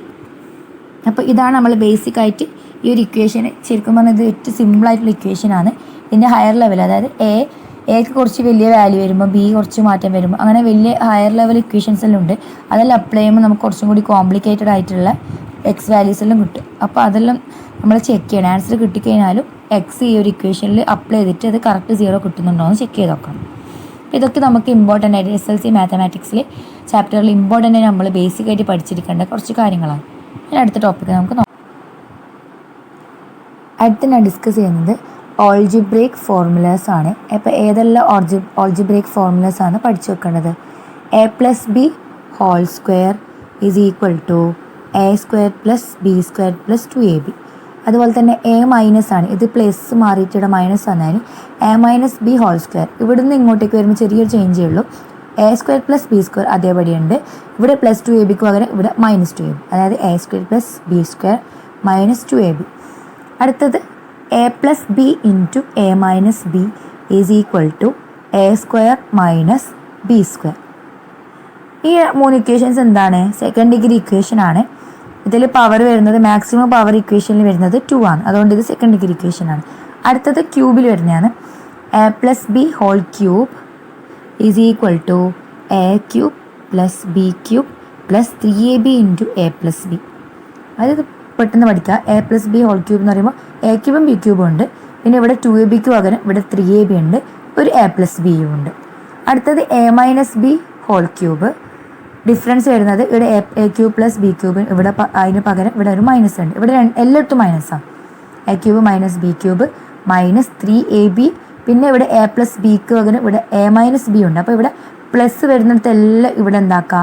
Minus ആക്കുക. അപ്പോൾ ഇതേ ഒരു ഇക്വേഷൻ പഠിച്ചാൽ തന്നെ ഇത് കിട്ടും നമുക്ക്. കാരണം ഇതിവിടെ പ്ലസ് വരുന്നതിന് പകരം ഇവിടെ എല്ലാം മൈനസ്. അപ്പോൾ ഇത് 2 ഇക്വേഷൻസും തേർഡ് ഡിഗ്രി ഇക്വേഷൻ ആണ്.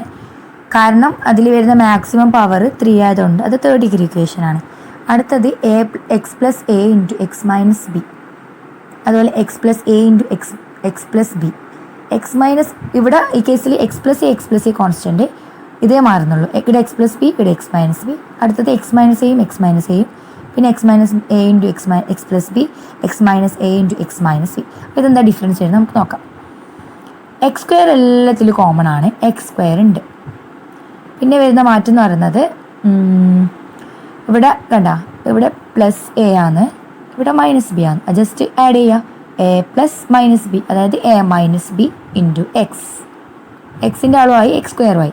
അടുത്തൊരു കോൺസ്റ്റൻ്റ് ഉണ്ട്. അപ്പോൾ കോൺസ്റ്റൻ്റ് എന്ന് പറയുമ്പോൾ എ ഇൻറ്റു മൈനസ് ബി. അപ്പോൾ ഒരു മൈനസ് ഉള്ളതുകൊണ്ട് അവിടെ മൈനസ് എ ബി. പിന്നെ വരുന്നത് ഇവിടെ ഈ കേസിൽ നോക്കട്ടെ, x² ഉണ്ട്. പിന്നെ എ പ്ലസ് ബി, അതാ a plus b into x. അടുത്തത് a into b plus a b. അതേപോലെ തന്നെ അടുത്തതും x² ഉണ്ട്, പ്ലസ് ഇവിടെ മൈനസ് എ ആണ്, ഇവിടെ പ്ലസ് ആണ്. ജസ്റ്റ് രണ്ടും കൂടി പ്ലസ് ചെയ്യുക. മൈനസ് എ പ്ലസ് ബി എന്ന് പറയുന്നത് എന്താണ്? ബി മൈനസ് എ ആണ്, B minus a into X. പിന്നെ മൈനസ് എ ഇൻറ്റു ബി എന്ന് പറയുന്നത് മൈനസ് എ ബി. പിന്നെ ഇവിടെ ഇതേപോലെ തന്നെ x² ഉണ്ട്.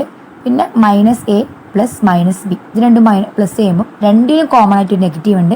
ആ നെഗറ്റീവിലൂടെ പുറത്തെടുത്തിട്ടുണ്ട്. അപ്പോൾ പുറത്തെടുക്കുമ്പോൾ ഉള്ളിലത്തെ ടേമിനെല്ലാം എന്ത് ചെയ്യും? പ്ലസ് ആവും. അപ്പോൾ minus of a plus b തന്നെയാണ് minus b plus minus a. അത് into x plus minus a into minus b. അതായത് രണ്ട് നെഗറ്റീവ് മൾട്ടിപ്ലൈ ചെയ്താൽ നമുക്ക് പോസിറ്റീവ് കിട്ടും, പ്ലസ് എ ബി. അപ്പോൾ ഇങ്ങനെ പഠിച്ചാൽ നമുക്ക് മറക്കൂല. ഇതാണ് നമ്മൾ ബേസിക്കായിട്ട് പഠിച്ചിരിക്കേണ്ട algebraic formulas in mathematics SSLC. That is double helical structured ആയിട്ടുള്ള മോളിക്യൂളാണ് DNA. നമ്മൾ ഓൾറെഡി പറഞ്ഞ 2 സ്ട്രാൻഡ്സ് ഉണ്ട്. അതിൽ വരുന്ന 2 സ്ട്രാൻഡ്സും നിർമ്മിക്കപ്പെട്ടിരിക്കുന്നത് ഡിയോക്സി റൈബോസ് ഷുഗർ, അതായത് ഇതും കൂടി ഒന്ന് സ്പെസിഫൈ ചെയ്ത് ഡിയോക്സി റൈബോസ്, അങ്ങനെയാണ് ഇത് ഡിയോക്സി എന്നുള്ള നെയിം ഇതിൽ വരുന്നത്. അതേ സ്ഥാനത്ത് RNAയിൽ ഡിയോക്സി എന്ന് പറയുന്ന ഒരു ടേം ഇല്ല. ഓക്കെ, ഇപ്പോൾ ഡിയോക്സി റൈബോസ് ഷുഗർ, ഫോസ്ഫേറ്റ്,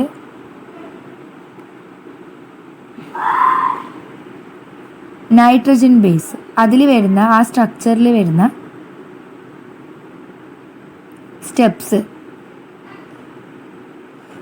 ഉണ്ടാക്കിയിട്ട്, അതായത് അതിൽ ഡബിൾ സ്റ്റാൻഡിൽ 3 കണ്ടന്റ് ഉണ്ട്. അതിൽ നൈട്രജൻ ബേസിസ് എന്ന് പറയുന്നത് എന്താണ്, അതിൽ നൈട്രജൻ ബേസിസ് സ്റ്റെപ്പ് മേഡപ്പ് ചെയ്തത് നൈട്രജൻ ബേസിസ് ആണ്. അതിൽ 4 ടൈപ്പ് നൈട്രജൻ ബേസിസ് ഉണ്ട്. മെയിൻലി അത് കൂടുതലായിട്ട് കാണപ്പെടുന്നതാണ് അഡിനിൻ എപ്പം പെയർ ചെയ്യുന്നത് തൈമിനുമായിട്ടായിരിക്കും. തൈമിൻ, അതുപോലെ തന്നെ സൈറ്റോസിൻ അനദർ പെയറാണ്. അത് എപ്പോഴും പെയർ ചെയ്യുന്നത് ആരുമായിട്ടാണ്, ഗ്വാനിൻ. അപ്പോൾ ഇത്രയൊക്കെ നൈട്രജൻ ബേസിൽ വരുന്ന മെയിനായിട്ട് വരുന്ന കണ്ടൻ്റാണ് adenine, thymine, cytosine and guanine. നമുക്കിത് ജനറലൈസ് ചെയ്ത് പറയാൻ പറ്റും. എങ്ങനെ? In other words, DNA molecule is made up of 4 kinds of nucleotides. അതായത് 4 കൈൻഡ് ഓഫ് ന്യൂക്ലിയോടൈഡ്സ് കൊണ്ടാണ് DNA മോളിക്യൂൾ മേഡപ്പ് ചെയ്തിട്ടുള്ളത്. ഏതൊക്കെയാണ്? Adenine nucleotide, thymine nucleotide, cytosine nucleotide and guanine nucleotide. അതിൽ നൈട്രജൻ ബേസ് എന്ന് പറഞ്ഞിട്ട് ഒരു ക്വസ്റ്റ്യൻ അധികം ജനറലായി ചോദിക്കുന്നത് സിമ്പിളായിട്ടുള്ള ക്വസ്റ്റ്യനാണ്. The molecule seen in the nucleic acids that contain nitrogen and they are alkaline. അതായത് ന്യൂക്ലിക് ആസിഡിൽ കാണപ്പെടുന്ന നൈട്രജനും പ്രസൻ്റ് ആയിരിക്കും അങ്ങനെയുള്ള മോളിക്യൂൾസിൽ. അവർ ആൽക്കലൈൻ ആയിരിക്കും. അതാരാണ്? Nitrogen bases. അതായത് നൈട്രജൻ ഉണ്ട് അതിൽ ബേസിക് ക്യാരക്ടറും ഉണ്ട്. അതുകൊണ്ടാണ് അതിന് ഇങ്ങനത്തെ ഒരു പേര് തന്നെ വന്നത്. നൈട്രജൻ ഉള്ളതുകൊണ്ട് നൈട്രജൻ, പിന്നെ ബേസിക് ക്യാരക്ടറുണ്ട് ബേസ്. എല്ലാവരും നമ്മൾ ബേസ് എന്ന് പറയാൻ കാരണം സ്റ്റെപ്പ് മേഡപ്പ് ചെയ്യുന്നത്. എന്ത് കാര്യത്തിൽ ഇപ്പോൾ നമ്മളൊരു ലാഡർ നോക്കുകയാണെങ്കിൽ അതിൻ്റെ മെയിൻ വരുന്നത് ബേസ്. ദാറ്റ് ഈസ് എന്ത് കാര്യത്തിനും ബേസാണ് ഇമ്പോർട്ടൻറ്റ്. അതുകൊണ്ടാണ് നൈട്രജൻ ബേസ് എന്ന് പേര് വരാനും കാരണം. ഓക്കെ, അപ്പോൾ ഇത് നമ്മൾ ഫ്രീക്വൻ്റ്ലി ആസ്ക്ഡ് ആയിട്ടുള്ള ക്വസ്റ്റ്യൻ ആണ്. അപ്പോൾ അത് ശ്രദ്ധിക്കുക. നമുക്കിത് ഡിസ്റ്റിങ്ഷൻ നടത്താം. ഡിസ്റ്റിങ്ഷൻ ആര് തമ്മിൽ? Distinction between DNA and RNA. RNAയും DNAയും തമ്മിൽ എന്താണ് ഡിഫറൻസ് എന്ന് നമുക്ക് നോക്കാം. DNA എടുക്കുക, ഈ സൈഡിൽ RNA എന്ന് മാർക്ക് ചെയ്യും. എന്തൊക്കെയാണ് ഡിഫറൻസ് വരുന്നത്? എത്ര സ്ട്രാൻഡ്സ് ഉണ്ട്? 2 സ്ട്രാൻഡ്സ് ഉണ്ട്. ഈ കേസിലോ 1 ഉള്ളൂ. അതുപോലെ ടൈപ്പ് ഓഫ് ഷുഗർ, ഈ കേസിൽ ടൈപ്പ് ഓഫ് ഷുഗർ ഏതാ വരുന്നത്? Deoxy ribose. അതുകൊണ്ടാണ് അതിൻ്റെ പേര് തന്നെ ഡി വരാൻ കാരണം.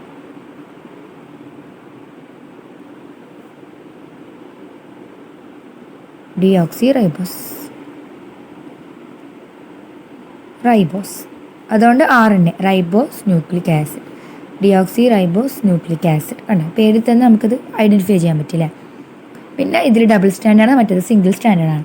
അടുത്ത ഡിഫറൻസ് വരുന്നത് നൈട്രജൻ ബേസസിലാണ്. അതിൽ നമ്മൾ ഷോർട്ടായിട്ട് ചെയ്താൽ കുറച്ച് മനസ്സിലാക്കാൻ വേണ്ടി അഡിനിന് നമ്മൾ A എന്ന് കൊടുക്കുക, തൈമിന് T എന്ന് കൊടുക്കുക, സൈറ്റോസിന് C എന്ന് കൊടുക്കുക, ഗ്വാനിന് G. അപ്പം DNA എപ്പോഴും കാണുന്ന മെയിനായിട്ടുള്ള നൈട്രജൻ ബേസസ് എന്ന് പറയുന്നത് അഡിനിൻ, തൈമിൻ, സൈറ്റോസിൻ, ഗ്വാനിൻ. ഞാൻ ഷോർട്ടാക്കി തന്നെ ഞാൻ പറയുന്നുണ്ട് ടേംസ് എന്താണെന്ന്. Adenine, thymine, cytosine, guanine. അതുപോലെ റൈബോസിൻ്റെ അടുത്തെത്തുമ്പോൾ ഒരു ന്യൂക്ലിയോടൈഡ് ഡിഫറെൻ്റ് ആയിരിക്കും. അതായത് അഡിനിൻ ഉണ്ട്, പക്ഷെ അഡിനിനും തൈമിനും പകരം പെയർ മാറ്റമുണ്ട്. ഇവിടെ വരുന്ന പെയർ ന്യൂ ടേമാണ് യു, അതായത് യുറാസിൽ. പിന്നെ C സൈറ്റോസിൻ, G ഗ്വാനിൻ. അതൊക്കെ കറക്റ്റ് നോക്കട്ടാ. ATCG, AUCG ഇങ്ങനെ പഠിച്ചാൽ മതി. അതിൽ ഡിഫറെൻ്റ് വരുന്നത് T മാറിയിട്ട് ഇവിടെ U വന്ന്. ഇതിൻ്റെ ഫുൾ ഫോമിൽ നിങ്ങൾ അറിഞ്ഞിരിക്കണം. Adenine, thymine, cytosine, guanine. Adenine, uracil, cytosine, guanine. ആകെ ഡിഫറൻസ് വരുന്നത് സെക്കൻഡ് പൊസിഷനിൽ വരുന്ന ഈ അഡിനിൻ്റെ പെയർ മാറി, അതായത് തൈമിന് പകരം ഇവിടെ യുറാസിൽ വരുന്നത്. അപ്പോൾ ഇതാണ് main distinction between DNA and RNA. അടുത്തതായിട്ട് നമ്മൾ നോക്കുന്നത് നെർവസ് സിസ്റ്റം നമ്മളെ ഏതൊരു ആനിമൽസിൻ്റെ കേസിലും ഏറ്റവും ഇമ്പോർട്ടൻ്റ് ആയിട്ട് നമ്മളെ ലൈഫ്, നമ്മളെ മെറ്റബോളിസം എല്ലാം കൺട്രോൾ ചെയ്യുന്ന main centre that is nervous system. അതിൻ്റെ ഡെഫിനിഷനിലോട്ടേക്ക് നമുക്ക് പോകാം. It is the part of N animals body that coordinates it behaviour and transmit signals between different body areas. അതായത് നമ്മളെ ആനിമൽ എന്ന് പറയുമ്പോൾ നമ്മൾ ഹ്യൂമൻ ഒരു ആനിമലാണ്. ആനിമൽസിൻ്റെ ബോഡിയിൽ എല്ലാ ബിഹേവിയറേയും കോർഡിനേറ്റ് ചെയ്യുന്ന ഒരു മെയിൻ പാർട്ടാണ് നെർവസ് സിസ്റ്റം. അതായത് ദാറ്റ് കോർഡിനേറ്റ്. പിന്നെന്ത് ചെയ്യും? ട്രാൻസ്മിറ്റ് ചെയ്യും. രണ്ട് മെയിൻ ഫങ്ഷൻസ് ചെയ്യുന്നു. ഒന്ന് കോർഡിനേറ്റ് ചെയ്യും, എല്ലാത്തിനും ഒരു സഹകരണ മനോഭാവത്തോടെ നമ്മൾ ആ ബോഡിയിൽ നടക്കുന്ന എല്ലാ ബിഹേവിയറിനും അത് കംപ്ലീറ്റ് കൺട്രോൾ ചെയ്യും, അതുപോലെ കോർഡിനേറ്റ് ചെയ്യും. അതുപോലെ തന്നെ എന്ത് ചെയ്യും? Transmit the signals between different body areas. Signals പറയുമ്പോൾ ഇപ്പോൾ ഓരോ പാർട്ടിനും ഓരോ ഫങ്ഷൻസ് ഉണ്ട്. അപ്പോൾ ആ ഒരു ഫങ്ഷൻസിൻ്റെ ഇന്ന പാർട്ട് ചെയ്യണം എന്ന രീതിയിൽ ഓരോ സിഗ്നൽസ് എന്ത് ചെയ്യും? നമ്മൾ ഈ ഒരു പാർട്ട് നെർവസ് സിസ്റ്റം എന്ന് പറയുന്ന ആൾ ട്രാൻസ്മിറ്റ് ചെയ്യും. അങ്ങനെ നമ്മളെ ബോഡിയിൽ ഇപ്പം ഞാൻ സംസാരിക്കുമ്പോൾ പോലുള്ള സംസാരം എന്ന് പറയുന്നത് ഒരു പ്രോസസ്സാണ്. അപ്പോൾ അതിന് വേണ്ടിയിട്ടുള്ള സിഗ്നൽ ഇതൊക്കെ എൻ്റെ ബ്രെയിനിൽ നിന്ന് ഇങ്ങനെ സെൻഡ് ചെയ്യുന്നുണ്ടാവും. അതുപോലെ ഞാൻ ഇപ്പോൾ എഴുതുമ്പോൾ, ഇപ്പോൾ ഞാൻ നോക്കുമ്പോൾ, അതുപോലെ നിങ്ങൾ കാണുമ്പോൾ, നിങ്ങൾ കേൾക്കുമ്പോൾ, ഇതെല്ലാം ഒരു പ്രോസസ്സാണ്. ഇതൊക്കെ കൺട്രോൾ ചെയ്യുന്നത് ആരാണ്? Nervous system. നമ്മളെ ബ്രെയിനിൽ വരുന്ന മെയിൻ കണ്ടൻറ്റാണിത്, മെയിൻ സെൻറ്റർ. അപ്പോൾ ഇത് in vertebrates, that is vertebrates എന്ന് പറയുമ്പോൾ നമ്മൾ ഹ്യൂമൻ വരും. ഇൻ വേർട്ടിബ്രേറ്റ്സിൻ്റെ കേസിൽ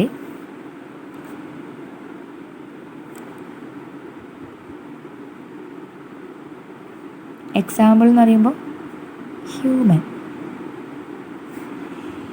വേർട്ടിബ്രേറ്റ്സിൻ്റെ കേസിൽ എന്താണ്?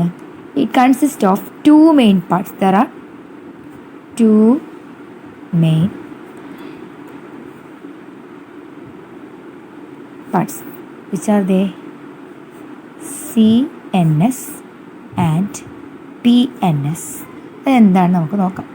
CNS എന്ന് പറയുന്നത് സെൻട്രൽ നെർവസ് സിസ്റ്റം ആണ്, whereas PNS is the peripheral nervous system. അപ്പം എന്താണ് CNS ആൻഡ് PNS എന്ന് നമുക്ക് നോക്കാം. Central nervous system is made up of brain and spinal cord, whereas peripheral nervous system is made up of somatic and the autonomous. എഴുതി തന്നെ പഠിക്കുക.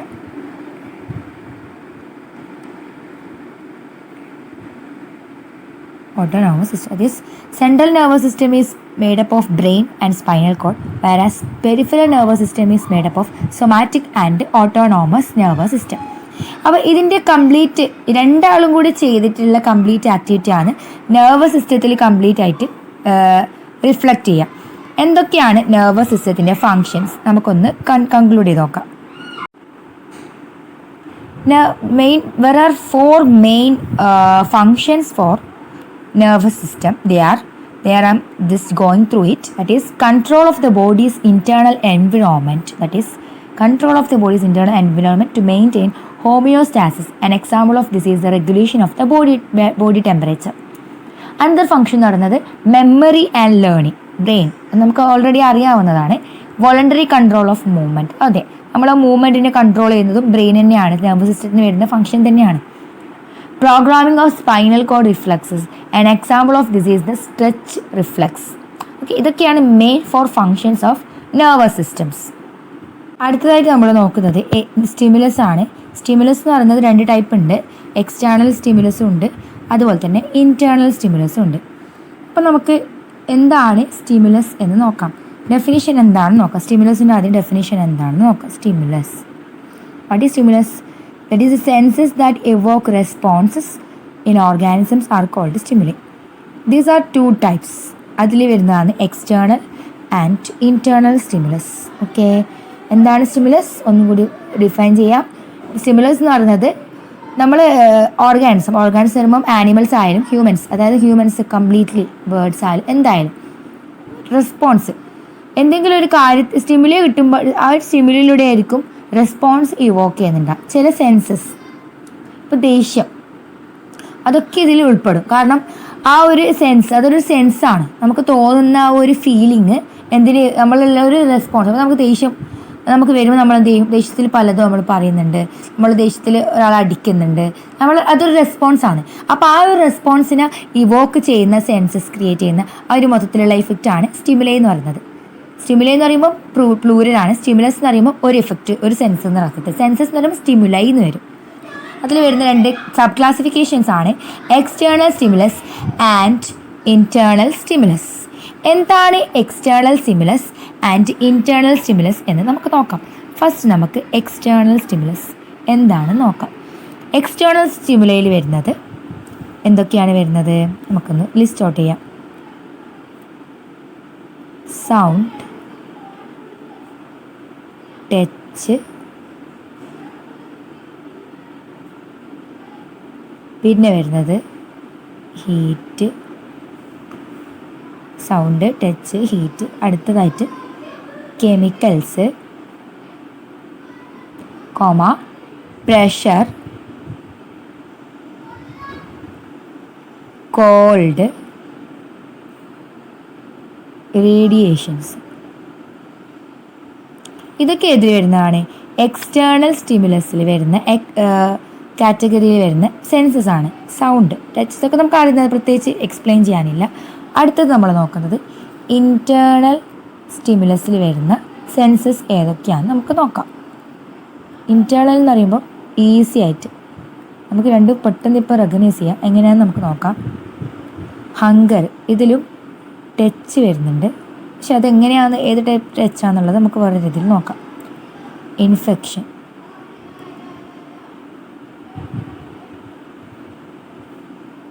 അടുത്ത വരുന്ന സെൻസ് ഇൻഫെക്ഷൻ കഴിഞ്ഞാൽ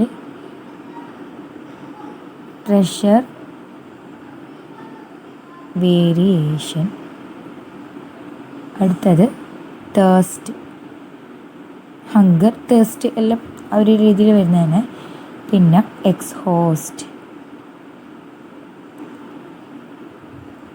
എക്സിട്ര നമുക്ക് പറയാൻ പറ്റും, തുടങ്ങിയവ. അതായത് ഇതിൽ നിന്ന് നമുക്ക് മനസ്സിലാക്കാൻ പറ്റിയ കാര്യം എന്ന് പറയുന്നത് എക്സ്റ്റേണൽ സ്റ്റിമുലസ് നോക്കട്ടെ. സൗണ്ട് പുറത്തുനിന്ന് വരുന്ന എക്സ്റ്റേണലിൽ വരുന്ന സൗണ്ട്, എക്സ്റ്റേണലിൽ ഉണ്ടാകുന്ന ടച്ച്, ഹീറ്റ്, കെമിക്കൽസ്, പ്രഷർ, പുറത്തുനിന്ന് അപ്ലൈ ചെയ്യുന്ന പ്രഷർ ആയിരിക്കും, എക്സ്റ്റേണലിൽ ഉദ്ദേശിക്കുന്നതായിരിക്കും. ഇതിൽ എക്സ്റ്റേണൽ സ്റ്റിമുലസ് ആണ്. കോൾഡ് നമുക്ക് ക്ലൈമറ്റ്, ഔട്ടറായിട്ട് വരുന്നതാണ്. റേഡിയേഷൻസ് ഓക്കെ, ഔട്ടർ വരുന്നതാണ്. ഇതെല്ലാം നമ്മൾ എക്സ്റ്റേണലി ചിന്തിക്കുകയാണെങ്കിൽ ഇത് എക്സ്റ്റേണൽ സ്റ്റിമുലസ് വരും. സിമ്പിളായിട്ട് നമുക്ക് പഠിക്കാൻ പറ്റും. ഇൻറ്റേർണൽ എന്ന് പറയുമ്പോൾ നമ്മൾ ഇൻറ്റേർണലി വരുന്നത് ഹങ്കർ, അത് പുറത്തുനിന്ന് എവിടുന്നും വരുന്നതൊന്നുമല്ല, നമ്മളെ അകത്ത് തന്നെ ഉണ്ടാവുന്നത്. നമുക്ക് വിശക്കെന്ന് പറയുമ്പോൾ അത് പുറത്തുനിന്ന് വരുന്നതെന്ന് പറയാൻ പറ്റും. നമ്മൾ ഇൻറ്റേർണലി നമുക്ക് ഉണ്ടാകുന്ന ഫീലിംഗ് ആണ് ഹങ്കർ. ടച്ച് വേറെ ഇൻറ്റേർണലി വരുന്ന ടച്ച് ഉണ്ട്, ഇൻറ്റേർണലി നമുക്ക് സ്റ്റിമുലി ഉണ്ടാക്കുന്ന ടച്ചസ് ഉണ്ട്. പിന്നെ വരുന്നത് ഇൻഫെക്ഷന് ഉള്ളിൽ, നമ്മുടെ ശരീരത്തിനുള്ളിൽ വരുന്ന infections. Thirst, pressure variations, blood pressure variations ഒക്കെ വരുന്നത്. എക്സോസ്റ്റ്, നമ്മൾ തീരെ ക്ഷീണിതാവാം, അങ്ങനത്തെ നമ്മൾ ഇൻറ്റേർണലി ബാധിക്കുന്ന കാര്യമായതുകൊണ്ട് അത് ഇൻറ്റേർണൽ സ്റ്റിമുലി വരും. ഇതാണ് 2 ടൈപ്പ് സ്റ്റിമുലസ് എന്ന് പറയുന്നത്. മലയാളം മീഡിയത്തിലെ ഏതെങ്കിലും കുട്ടികൾ ഇത് കാണുന്നുണ്ടെങ്കിൽ ചിലപ്പോൾ ഇത് മനസ്സിലാവാത്ത വരും. അതുകൊണ്ട് ഞാൻ കുറച്ചും കൂടി ഡീറ്റെയിൽ ആയിട്ട് പറയാം. സ്റ്റിമുലസ് എന്ന് പറയുന്നത് മലയാളത്തിൽ പറയുന്നത് ഉദ്ദീപനങ്ങൾ എന്നാണ് പറയാം.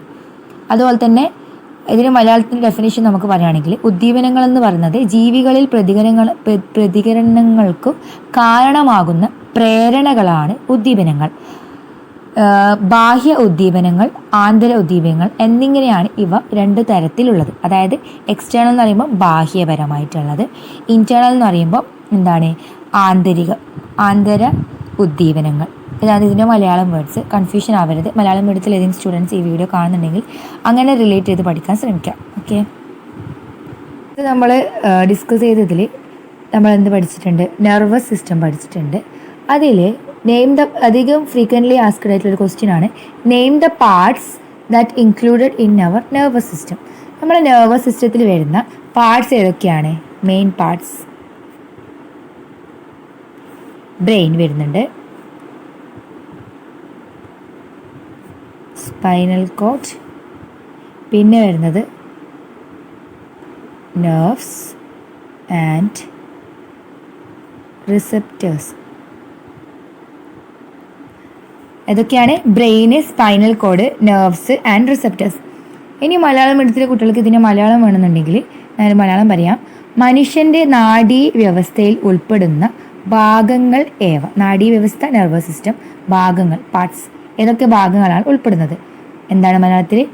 ബ്രെയിനിനെ പറയുന്നത് മസ്തിഷ്കം, സ്പൈനൽ കോഡിനെ പറയുന്നത് സുഷുമ്ന, നെർവ്സിനെ പറയുന്നത് നാഡികൾ ആൻഡ് റിസപ്റ്റേഴ്സിനെ പറയുന്നത് ഗ്രാഹികൾ. അപ്പോൾ ഇതാണ് മലയാളം മീഡിയം സ്റ്റുഡൻസിന് പഠിക്കാനുള്ള. ഇതെല്ലാം ഫ്രീക്വൻ്റ്ലി ആസ്ക്ഡ് ക്വസ്റ്റ്യൻസ് ആണ്. ഫ്രീക്വൻ്റ്ലി ആസ്ക്ഡ് ക്വസ്റ്റ്യൻസ് മെയിൻലി ഞാൻ പറഞ്ഞല്ലോ, നമ്മൾ മെയിനായിട്ട് ടിപ്സ് എന്നല്ല, ട്രിക്സ് ഒന്നും പറയേണ്ട ആവശ്യമില്ല. നോർമലി ഒരു കുട്ടികൾ മെയിനായിട്ട് നമ്മൾ പ്രാക്ടീസ് ചെയ്യേണ്ട കാര്യം എന്ന് പറയുന്നത് പ്രീവിയസ് ആയിട്ടുള്ള ഇയർ ക്വസ്റ്റ്യൻസ് നമ്മൾ ആൻസർ ചെയ്യാൻ ശ്രമിക്കുക. നമ്മൾ ജസ്റ്റ് പഠിച്ചിട്ട് അങ്ങനെ പോയി എക്സാം ചെയ്യാൻ നോക്കരുത്. അതിന് മുമ്പായിട്ട് തന്നെ നമ്മൾ കുറച്ച് ക്വസ്റ്റ്യൻസ് നമ്മൾ സ്വന്തമായിട്ട് തന്നെ ആൻസർ ചെയ്യാൻ പറ്റുന്നുണ്ടോ എന്ന് ചെക്ക് ചെയ്യുക. അങ്ങനെ ആകുമ്പോൾ നമുക്ക് കുറച്ചും കൂടി നമുക്കൊരു കോൺഫിഡൻസ് വരും. നമ്മൾ ഇന്ന ടോപ്പിക്സ് നമ്മൾ നന്നായിട്ട് മനസ്സിലാക്കിയിട്ടെന്ന് മനസ്സിലാവും. ഓക്കെ, അപ്പോൾ ഇതാണ് ഇത്രയും ഇവിടെ പറയാനുള്ളത്. അടുത്തതായിട്ട് നമ്മൾ നെർവസ് സിസ്റ്റം പറഞ്ഞിട്ടുണ്ടായിരുന്നു. അതിൽ വരുന്ന അതിൻ്റെ ബേസിക് യൂണിറ്റ്സിനെ കുറിച്ച് നമ്മൾ ഡിസ്കസ് ചെയ്തിട്ടില്ല, അത് നമ്മൾ വിട്ടുപോയിട്ടുണ്ട്. അതൊന്ന് ജസ്റ്റ് ഡിസ്കസ് ചെയ്യാം. അതിൻ്റെ സ്ട്രക്ചർ കൊടുത്തിട്ടുണ്ട്. അതായത് ന്യൂറോൺസ്, അതിനെ പറയുന്ന മറ്റൊരു പേര് നെർവ് സെൽസ്, നാഡീകോശങ്ങൾ എന്ന് മലയാളം മീഡിയത്തിൽ സ്റ്റുഡൻസിന് വേണ്ടി പറയുന്നതാണ്. അപ്പോൾ അതിൻ്റെ സ്ട്രക്ചറാണ് ഇത്. കണ്ടോ, ഇതിൽ വരുന്ന ഈ ബ്രാഞ്ചസ് എന്ന് പറയുന്നത് ഡെൻഡ്രൈറ്റ്സ് ആണ്. ഇത് ഡെൻഡ്രോൺ, ഈ ഒരു എൻഡ് വരുന്നത് ഡെൻഡ്രോൺ, ഈ ഒരു സെൻട്രൽ പോർഷനിൽ വരുന്നത് സെൽ ബോഡി അല്ലെങ്കിൽ സൈറ്റോൺ നമ്മൾ പറയും. ഇങ്ങനെ പോകുന്ന സ്ഥലത്ത് വരുന്ന ഈ ഒരു കവറിങ് വരുന്നത് നമ്മൾ മൈലിൻ ഷീത്ത് അല്ലെങ്കിൽ ഷ്വാൻ സെൽസ് എന്നും കൂടി പറയും. എന്താണ് മൈലിൻ ഷീത്ത്? ഒരു ഷീത്ത് പോലെയുള്ളത്, കവർ ചെയ്തിട്ടുള്ളത് ഈ ഒരു സംഭവത്തിന്, നെർവ്സിന്. ഈ ഒരു പാർട്ടാണ് നമ്മൾ ആക്സോൺ എന്ന് പറയുന്നത്. ഇത് ആക്സോണൈറ്റ്. ഈ ലാസ്റ്റ് റൂട്ട് പോലത്തെ റൂട്ടിൻ്റെ തണ്ട് പോലെ വരുന്ന കണ്ടാവും, അത് ആക്സോണൈറ്റ്. അതിൽ വരുന്ന ഓരോ റൂട്ടിൽ നമ്മൾ റൂട്ട് പോലെയാണ് ഇതിൻ്റെ ഇതിലുള്ള ആക്സോണൈറ്റ് ഉള്ളത്. അതിൽ ഓരോ വരുന്ന ഡോട്ട് സ്ട്രക്ചർ വരുന്നത് സിനാപ്റ്റിക് നോബ്സ്. ഓക്കെ, അപ്പോൾ ഇതെല്ലാമാണ് ഇതിൻ്റെ കണ്ടൻസ്. ഒരു ന്യൂറോൺസിൽ വരുന്ന സ്ട്രക്ചറൽ കണ്ടൻസ് ഇതൊക്കെയാണ്. Neuron has mainly the following parts: a cyton, cell body, അതായത് സെൽ ബോഡി നമ്മളിവിടെ കണ്ടു, ഇതാണ് സെൽ ബോഡി, ഈ സെൻട്രൽ പോർഷൻസ് സെൽ ബോഡി. പിന്നെ വരുന്നത് impulse receiving branches, that is impulse receiving dendrons. Dendrons എന്താണ്? ഈ ബ്രാഞ്ചിൻ്റെ മുമ്പായിട്ട് വരുന്ന ഈ സംഭവം, ഇതാണ് ഡെൻഡ്രോൺ. ഇതിലാണ് ഇമ്പൾസ് റിസീവ് ചെയ്യുന്നത്. ഓക്കെ, സിഗ്നൽസ് റിസീവ് ചെയ്യുന്നത്. അടുത്തത് അതിനെ പറയുന്ന branches R known as and their, ഈ ഡെൻഡ്രോൺസിൻ്റെ ബ്രാഞ്ചസിനെ നമ്മൾ പറയുന്നത് ഡെൻഡ്രൈറ്റ്സ് എന്ന് പറയുന്നത്. അടുത്തത് ഇമ്പൾസ് ട്രാൻസ്മിറ്റിംഗ് ആക്സോൺ. ഇമ്പൾസിനെ റിസീവ് ചെയ്യുന്നത് ഡെൻഡ്രോൺ ആണെങ്കിൽ ഇമ്പൾസിനെ ട്രാൻസ്മിറ്റ് ചെയ്യുന്നത് ആക്സോൺ ആണ്. ഇവിടെയാണ് ട്രാൻസ്മിഷൻസ് വരുന്നത്. ഇതാണ് ആക്സോൺ എന്ന് പറയുന്നത്. അപ്പോൾ ഓൾറെഡി പറഞ്ഞ impulse receiving centre dendron, impulse transmitting axon ആണ്. അതിൻ്റെ ബ്രാഞ്ചസിനെ നമ്മൾ ആക്സോണൈറ്റ്സ് എന്ന് പറയും. And synaptic knobs for secreting neurotransmitter. They secrete, that is they, അത് സീക്രറ്റ് എന്ന് പറയുമ്പോൾ നമുക്കതിനെ റിലീസ് ചെയ്യുന്ന കൂടി പറയാം. സീക്രറ്റ് ന്യൂറോ ട്രാൻസ്മിറ്റേഴ്സിനെ റിലീസ് ചെയ്യും. In other words, in certain neurons the nerve fibers are covered by myelin sheath which are made up of white shining Schwann cells. White shining ആയിട്ടുള്ള ഷ്വാൻ സെൽസിനെ കൊണ്ടാണ് ഈ മൈലിൻ ഷീത്ത് ഉണ്ടാക്കിയിട്ടുള്ളത്. ഇതെല്ലാം ബേസിക്കലി നമ്മൾ nerve സെൽസിനെ കുറിച്ച് പറയാനുള്ളത്. അതുപോലെ നമ്മൾ ഡിസ്കസ് ചെയ്ത കാര്യമാണ് നെർവസ് സിസ്റ്റം. നമുക്ക് കുറച്ചും കൂടി രണ്ട് മെയിനായിട്ടുള്ള കുറച്ച് ബേസിക്സും കൂടി പറഞ്ഞിട്ട് നമുക്ക് നമ്മുടെ വീഡിയോ വൈൻഡപ്പ് ചെയ്യാം. ഈ പോർഷൻ നമുക്ക് കാണിക്കാൻ കാരണം മലയാളം എടുത്ത സ്റ്റുഡൻസിന് കൺഫ്യൂഷൻ ആവരുത്. ഓരോ ടേംസും ഭയങ്കര കുറച്ചും കൂടി നമ്മൾ മനസ്സിലാക്കി പഠിക്കണം. നാഡീവ്യവസ്ഥയുടെ, അതായത് നെർവ് സെൽസ് നമ്മൾ ഓൾറെഡി പറഞ്ഞിട്ടുണ്ട്. നാഡീവ്യവസ്ഥയുടെ അടിസ്ഥാന ഘടകങ്ങൾ, നാഡീകോശങ്ങൾ, ന്യൂറോണുകൾ. എന്താണ് അതിൻ്റെ സ്ട്രക്ചർ വരുന്നത്? ഡിഫറൻസ് ഒന്നുമില്ല. ഡെൻഡ്രോൺ അതേപടി മലയാളത്തിൽ എഴുതിയിട്ടുണ്ട്, ഡെൻഡ്രൈറ്റ് അതുപോലെ എഴുതിയിട്ടുണ്ട്, axon, ആക്സോണൈറ്റ്, synaptic നോബുകൾ, myelin sheath, Schwann കോശങ്ങൾ. അതായത് ഷ്വാൻ സെല്ലിന് പകരം ഷ്വാൻ കോശങ്ങൾ. സെല്ലിൻ്റെ മലയാള പദമാണ് കോശങ്ങൾ. കോശ ശരീരം, അതായത് നമ്മൾ ഓൾറെഡി പറഞ്ഞ സെൽ ബോഡി, കോശ ശരീരം. കറക്റ്റ് അങ്ങനെ തന്നെ മലയാളത്തിലേക്ക് കൊടുത്തിട്ടുണ്ട്, അതുകൊണ്ട് കൺഫ്യൂഷൻ വരാനില്ല. മലയാളത്തിൽ വായിക്കാം. ന്യൂറോണിന് പ്രധാനമായും കോശ ശരീരം, ആവേഗം ഗ്രഹിക്കുന്ന ഡെൻഡ്രോണുകൾ, ദാറ്റ് ഈസ് നമ്മൾ ഇമ്പൾസ് റിസീവിംഗ് എന്ന് പറയുന്നതിനാണ് നമ്മൾ ആവേഗം ഗ്രഹിക്കുക എന്ന് മലയാളത്തിൽ പറയുന്നത്. അതിൻ്റെ ബ്രാക്കറ്റിൽ കൊടുത്തിട്ട് ശാഖകൾക്ക് ഡെൻഡ്രൈറ്റുകൾ എന്ന പേര്. ഓക്കെ, ആവേഗം പ്രസരിപ്പിക്കുന്ന ആക്സോൺ, ദാറ്റ് ഈസ് ഇമ്പൾസ് പ്രസരിപ്പിക്കുന്ന എന്ന് പറയുമ്പോൾ ട്രാൻസ്മിറ്റ് ചെയ്യുന്ന ആക്സോൺ. ശാഖകൾക്ക് ആക്സോണൈറ്റ് എന്ന് പേരുകൾ കൊടുക്കുന്നു. ആവേഗം എത്തുമ്പോൾ രാസപ്രേക്ഷകം, സ്രവിപ്പിക്കുന്ന സിനാപ്റ്റിക് നോബുകൾ എന്നിവയുണ്ട്. ഇതാ ഇവിടെ കൊടുത്തിട്ടുണ്ട്. ചില ന്യൂറോണുകളിൽ നീണ്ട ഭാഗത്തെ പൊതിഞ്ഞ് തിളക്കമുള്ളതും വെളുത്ത ഷ്വാൻ കോശങ്ങളാൽ നിർമ്മിതവുമായ മൈലിൻ ഷീത്ത് ഉണ്ട്. നമ്മൾ ഓൾറെഡി ഡിസ്കസ് ചെയ്ത് വൈറ്റ് ഷൈനിങ് ആയിട്ടുള്ള ഷ്വാൻ സെല്ലുകൾ കൊണ്ടാണ് അല്ലെങ്കിൽ ഷ്വാൻ കോശങ്ങൾ കൊണ്ടാണ് ഈ മൈലിൻ ഷീത്ത് ഉണ്ടാക്കിയിട്ടുള്ളത്. ഇതാണ് മൈലിൻ ഷീത്ത്. ഓക്കെ, ഇത്രയാണ് ഈ മലയാളം എടുത്ത കുട്ടികൾക്ക് മനസ്സിലാവാത്തവരുണ്ടെങ്കിൽ ഇത് ജസ്റ്റ് ഒന്ന് നോക്കാം. അപ്പോൾ ഇന്നത്തെ ക്ലാസ് നമ്മൾ വൈൻഡപ്പ് ചെയ്യാണ്. കുറച്ച് നീണ്ടതെന്ന് വിചാരിച്ചിട്ട് വീഡിയോ സ്കിപ്പ് ചെയ്യാൻ നിൽക്കരുത്. നിങ്ങൾക്ക് ഉപകാരപ്രദമായിട്ടുള്ള എല്ലാ ടോപ്പിക്സും ഇടയിലെല്ലാം വരുന്നുണ്ട്. അപ്പോൾ എന്ത് ചെയ്യുക, മുഴുവനായിട്ട് വീഡിയോ കാണാം. എന്തെങ്കിലും അഭിപ്രായം നിങ്ങൾക്ക് പറയാനുണ്ടെങ്കിൽ കമൻറ്റിൽ രേഖപ്പെടുത്താം. വീഡിയോ ഇഷ്ടപ്പെട്ടെങ്കിൽ ലൈക്ക് ചെയ്യാം, ഇഷ്ടപ്പെട്ടില്ലെങ്കിൽ ഡിസ്ലൈക്കും ചെയ്യാം. അതുപോലെ തന്നെ നിങ്ങൾക്ക് എൻ്റെ വീഡിയോസിൻ്റെ അപ്ഡേഷൻസ് കൃത്യമായിട്ട് കിട്ടണമെന്നുണ്ടെങ്കിൽ ഉറപ്പായിട്ടും എന്ത് ചെയ്യണം, സബ്സ്ക്രൈബ്. ഓക്കെ, അതിൽ ബെല്ലൈക്കൺ കൂടി എനാബിൾ ചെയ്യണം. ഓക്കെ, അപ്പോൾ ബൈ ബൈ. മറ്റൊരു ഇൻഫോർമേറ്റീവ്, അതായത് നിങ്ങൾ എഡ്യൂക്കേഷണൽ വീഡിയോ ആയിട്ട് അടുത്ത വീഡിയോയിൽ വരുന്നതാണ്. അപ്പോൾ അതുവരെ bye bye. Okay, thanks for watching.